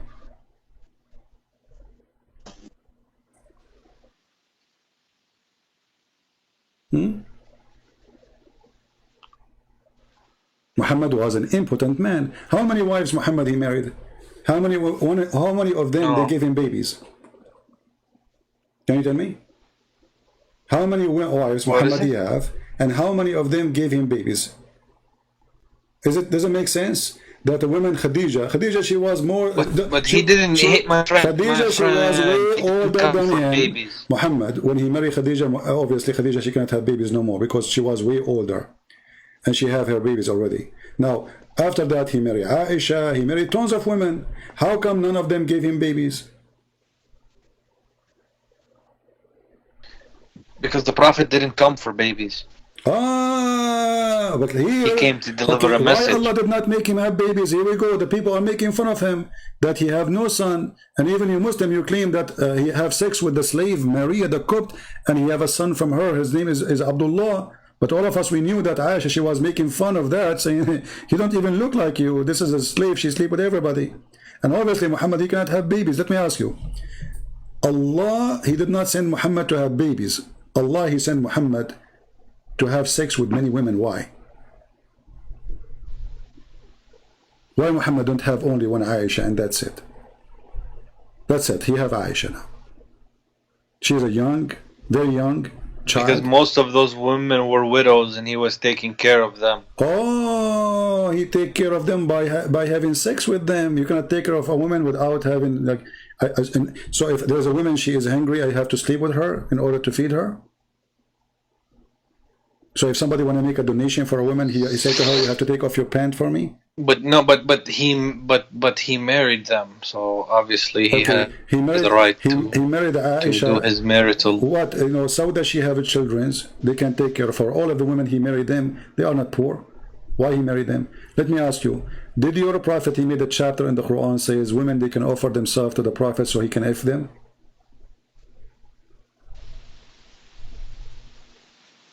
Okay, CP, that's enough for one day. Okay. Let me just no, just this one before we go. My friend, just one. What does have to do with God? Why does God, he made a verse saying any woman, she can offer herself to the prophet so he can F her? What does have to do with God? What that will do to Islam? What that will reach Allah? I mean, okay, Allah is God supposed to, right? I will think about it. Huh? What does have to do with God? The prophet, he was a very good-looking man. He's a very good-looking man. He is sexy, and you know it. So, guys, he was very sexy. So, Allah, he need to solve the problem. All the women, they want to F him. So, the prophet, he made a verse. Allah sent him a verse. Says, any woman, she want to have sex with you, she can offer her panty for you. This is the logic. Because the prophet, he needs to be... He needs to be happy. And he needs to be comfortable. Okay, in order to make the prophet happy, we have to ask all Muslim women to take off their panties and bend over in front of Muhammad. Otherwise, the prophet is not happy. And then Allah and he is not took happy. care of them. And he took care of them. How he take care of them? Guys, did you hear it? They bend over and he took care of them. Why are you talking in this? Why are you twisting things in this way? Have to do? You said, why? Look, it's you who said that. It's you who said he is very handsome. It is you who said that because Allah, he want him to be happy, which means he want his penis to be happy. It's sex. It's about sex. Muhammad already had many wives. Why Allah, he made the verses saying any woman she want to offer himself? What that have to do with God? You said because he want to make the prophet happy. So your prophet happiness is through his penis. And when the penis of Muhammad is happy, Allah is happy. This is a penis God religion. Even when you go to heaven, Allah, he do what to you? He reward your penis. So, my friend, he's the prophet. So what if he's a prophet? So if he's a prophet, he has a very hard job. What hard job? He's having sex with all those women. Is that the job? What is the job? If a man is a prophet of God, should not have time even for those women. But your prophet obviously is not a prophet. He have time to have sex. All those women offering themselves, and my now friend, he is saying to me, all day long, my friend, you have to understand about the prophet. All day long, he is listening to the problems of people. He's mediating disputes. He is giving advice to people. I'm here almost every day for 5-6 hours. Now those women who they are listening to me, excuse me, ladies, they have to sleep with me because I'm listening to them. What kind of excuse that is this? Aren't you ashamed of yourself? So now Moses, he said, if you want, because I'm serving you as a nation. Moses, your wives have to listen to me. You can have 4 wives in Judaism. No, you cannot. That's a lie. Yes, you can. Okay, 100%. Okay, show me the verse. I'm going to get a video of a rabbi. Go ahead, get rabbi. The Bible says a man shall not multiply his wives. If he do that, he is breaking the law of God. He shall not There is multiply. a rabbi who said it. He is a stupid like you. Just go. Find it and call me back. Potato, the rabbi. Who care about rabbis? We have the Bible, my friend. Stupidity is amazing. So why God he need to send his son? Well, his son is holy. His son is amazing. His son, he don't sleep with women. His son, he did not ask for money. His son, he did not even own a donkey. His son, he never owned a slave, and yet he can raise people from death, and he can make the blind see, and he can heal the leper, and he can heal people by just saying to them, carry your bed and walk. That is Jesus. So Jesus, he came not to be humiliated. If this is your logic, well, I am humiliating your God, Allah, right now. According to your logic, did Allah created me to humiliate him? If Allah is the creator? Very stupid logic. So man, he do what he think is good for him. It might be bad, it might be good. So stop playing games. God, he sent his only begotten son because he loved the world, not because he hated the world. For God he loved the world. Not because God he sent Jesus to be humiliated and Jesus sent himself. That is your own fiction lie. You repeat it to yourself. For God loved the world. And the word here is a clear message for those who they are racist. You cannot be racist and you are Christian. God, he loved the black. God, he loved the Asian. God loved the white. It doesn't matter who we are. God, he loved the whole world. So he sent his only begotten son. And what that will do? So whoever believes in him will be saved. So the mission of Jesus is, I am your final choice and your final opportunity. You can do to me whatever you want. He said to them, you can destroy this temple, speaking about his body, and I will rebuild it in 3 days.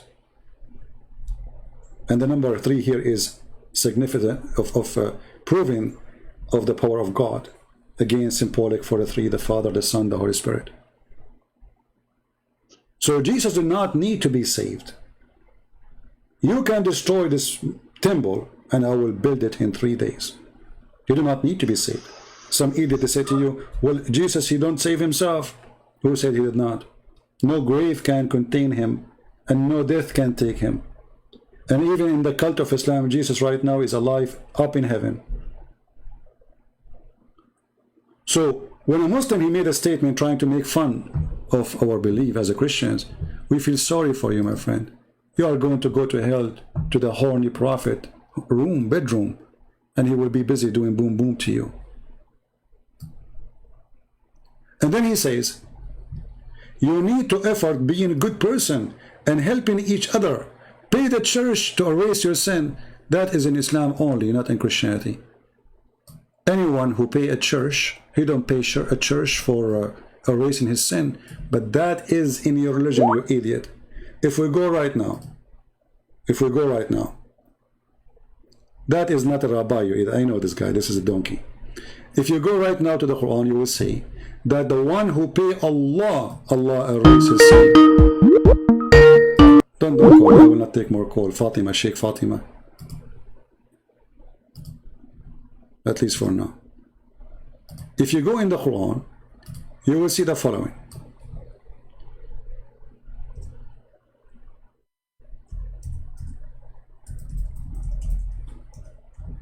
The one who pay Muhammad, Allah will double him and he will forgive his sin. Chapter 64, verse number 17. Do you see it? Where is the money will go? Will go to the pocket of Muhammad. And what will happen if you pay Muhammad money? Allah will forgive your sin. This is why Muhammad, he promised 10 people to go to heaven. All of them, they give money to Muhammad. starting from the most rich person in Quraysh, Uthman. He promised him heaven. And later the Muslims, they cut his head, they took the hair of his beard one by one, and they made his head a polyball. And then they refused to bury him with the Muslims, and each time they bury him, they take him from the grave and they drag him in the ground. And then a bunch of Muslims, they took him in secret and they buried him between the Jews so nobody will find him. It's your religion who believe if you pay Muhammad, your sin is erased. With the Christianity, no. Jesus said, not everyone says to me, Lord, Lord, will enter the kingdom of my Father, but the one who do his will. Not everyone says to me, God, God. You say you make donation, you do, that doesn't make you good for him, because no man is good anyway. The good of you is filth. This is what the Bible says. The best good you have is filth compared to God. So when a Muslim, he made a post, in fact, he is describing his own religion, to the point even his prophet, he refused to meet people unless they pay him first.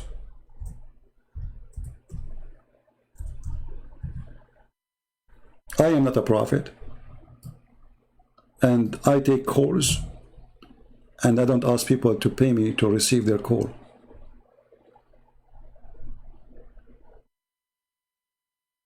Is that a religion?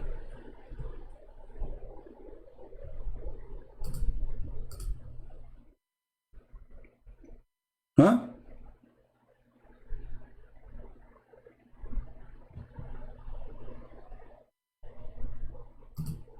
You cannot meet the prophet unless you pay him.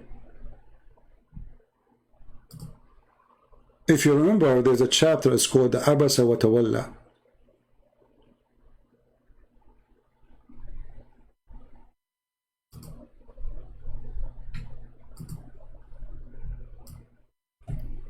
And in the chapter of Al-Mujadala, chapter 58, verse number 12, it says, "Oh, who you believe, when you consult with the apostle, then offer something in charity before your consultation." You want to enter to the prophet in private? Like, come on, bring something with you. Don't go empty-handed. The prophet, he inherited a lot of money from Khadijah.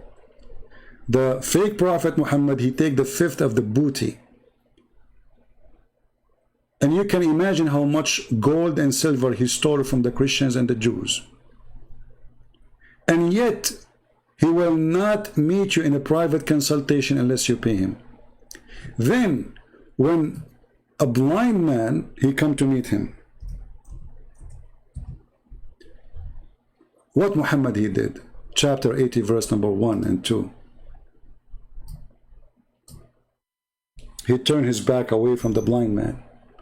You read the interpretation or the book of Asbab al-Nuzul, which means the reason for the verse to come down, you will find that a blind man, his name is Ibn Kulthum, he came to Muhammad to meet him, but Muhammad was busy speaking to the rich people of Quraysh. Muhammad, he kicked him out. And then those same people, they start saying, what kind of a prophet this prophet is? He treat a blind man like this. So the coward Muhammad, he made this chapter saying, oh, Allah told me don't do that again. Allah is correcting the unethical behavior of a false prophet. Why Muhammad, he regret kicking the man out? Because the Arab, the rich men, they start saying, look at him. He have time for us. He have no time for the poor. And Muhammad actually, according to the Muslim, they say, the reason Muhammad, he kicked him out, because he was afraid that the rich men, they will say, look who is around him, the poor one. Muhammad is ashamed of having a poor one to believe in him. That was not Jesus' teaching. That is totally the opposite of Jesus' teaching. And if you don't believe me, we can go right now and see the interpretation. Chapter 80, verse number 1. Because, you know, Muslim will say, it doesn't say that, CP. You know that. Always it doesn't say that, CP. But I'm showing you in the screen what you say, not me. This is your official government website of the Kingdom of Jordan. And by the way, the King of Jordan, he claimed to be descendant from Muhammad, and that explains why he's extremely corrupt. Extremely corrupt.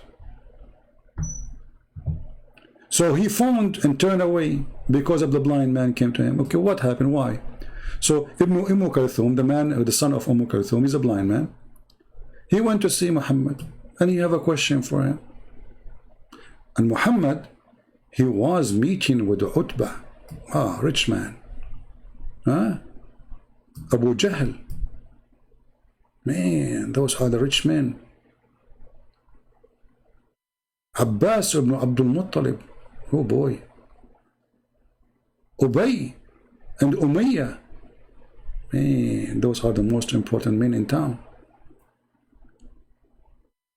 He was calling them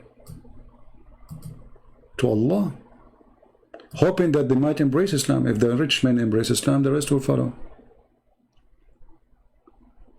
Ibn Kulthum, he stood up, says, O Messenger of Allah, teach me of that which Allah has taught you.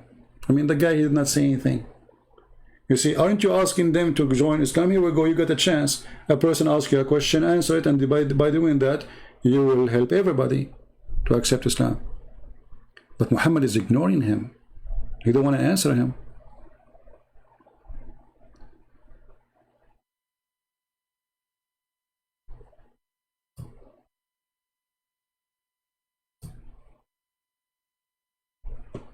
Why he is not answering? Read carefully. The Prophet, he said to himself, these chiefs will say his followers consist of only the blind, lowly people and slaves. Do you see it? Muhammad, he washed his hands from the poor people around him. He believed associating himself with the lowly, he called them lowly people. Blind man, black man, slave man, lowly. This is not my words. This is your words. And the one who said that to himself, Muhammad himself. So Muhammad was afraid that if he spoke to this man, those people, they will look down at him.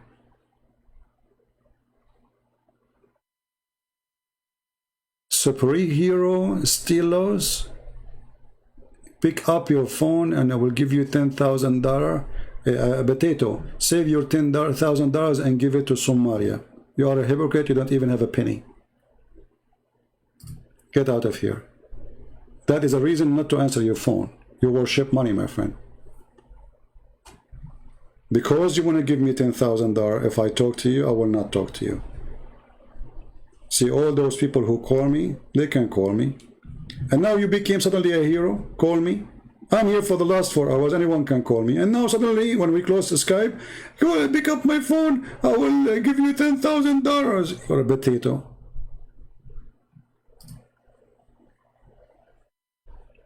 When we stay live on air for 4 hours saying who wanna call me, you don't call. When we say we close the Skype and we are done for today, suddenly give you $10,000. As if I care for your 10. Go and feed the hungry Muslims around the world who they are crossing all the way to Europe, facing death in the ocean just to cross. Go take some Afghani from Afghanistan refugees. They are coming by tens of thousands.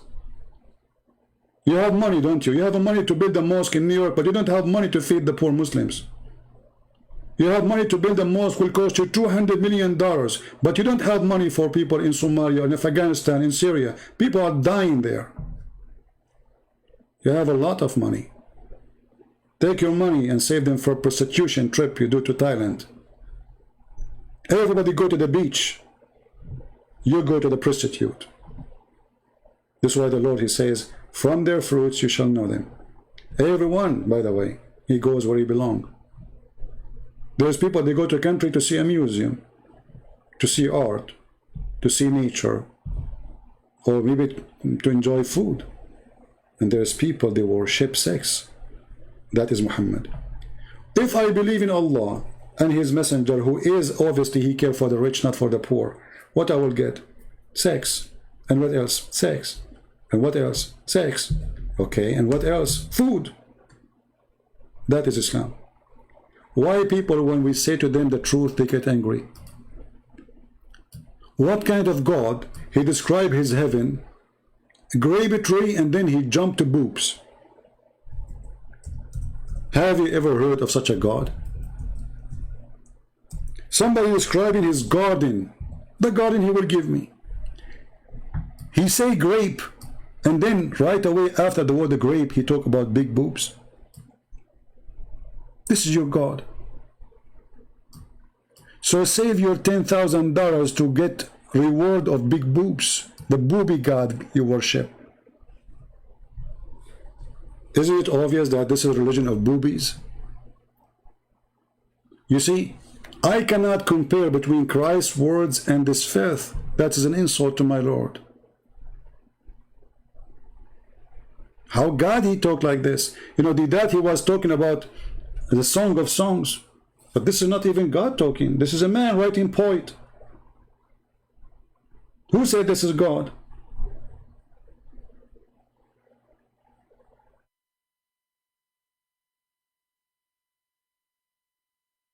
And it's not even about sex. And it's not even about women. Here, this is literally about women. Have you ever heard of a God He described even what is inside the vagina? The vagina is waiting for me.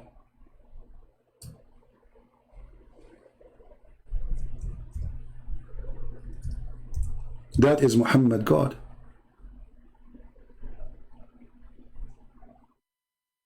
This is religion.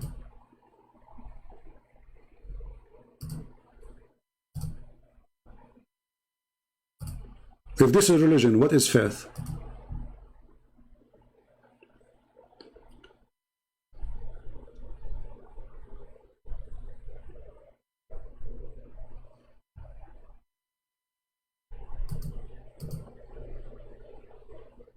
Any Muslim?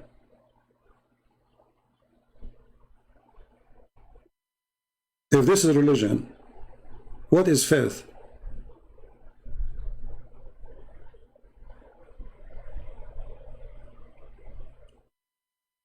This God is preparing for us women who their vagina is brand new. What do you want more? And the funny is, each time you have sex with them, Allah, He will put His finger there and He will make them virgin again, cheating.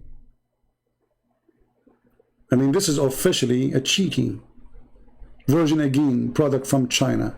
Middle Eastern women, they buy when their wedding party is coming. The guy, he sees some blood coming, she claimed that she is a virgin. Or a plastic surgery for virginity. Very, very, very well known. They go to Thailand to do their surgeries. It costs you $200. They have a sign for it in the street. Virginity surgery. In Arabic. Because the customers are obviously from somewhere.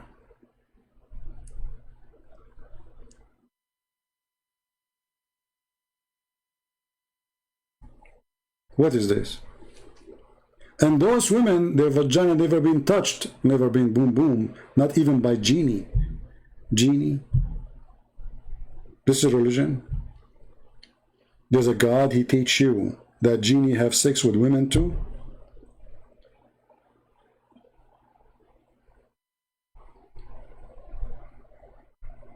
Genie in the ball? If you see a woman, she have a ball with her, be aware she might have her boyfriend, he's a genie. Genie in the ball. She take him with her on a trip to do boom boom. But who's with you in the ball? Genie. What's his name? Genie in the ball. And the funny, Mr. Jihad, he said to us, the Shia, they have a lot of fairy tale stories. We found that Buddha, Adam was Buddha.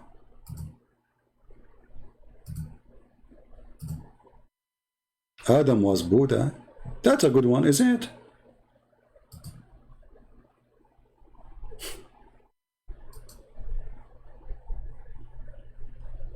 Adam, he landed down in a mountain called Buddha. Why?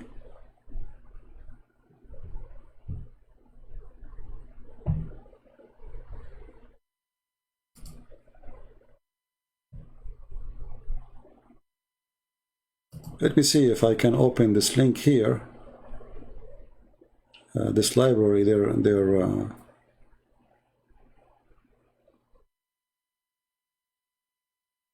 website is not really that good.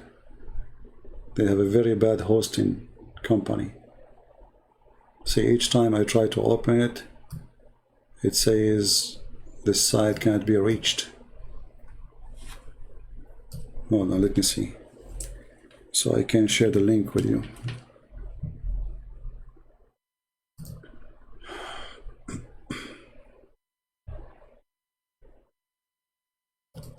And you know, the funny thing is, each time I say something to Muslims, they say, we never heard this before. That's why I'm here. You never heard this before. This is exactly why I'm here.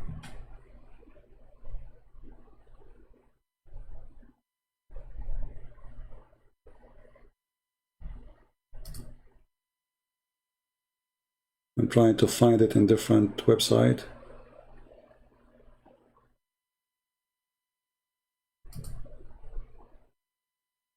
Okay.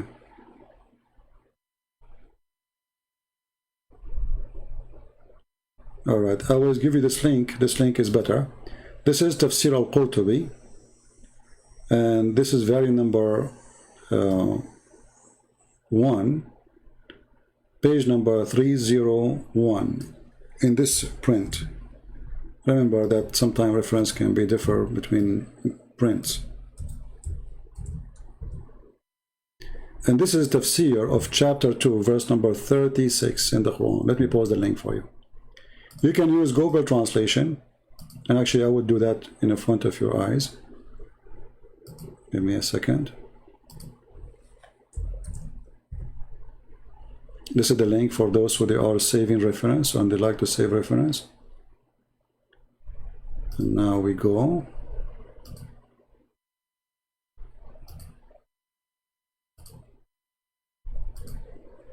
Let me close some pages.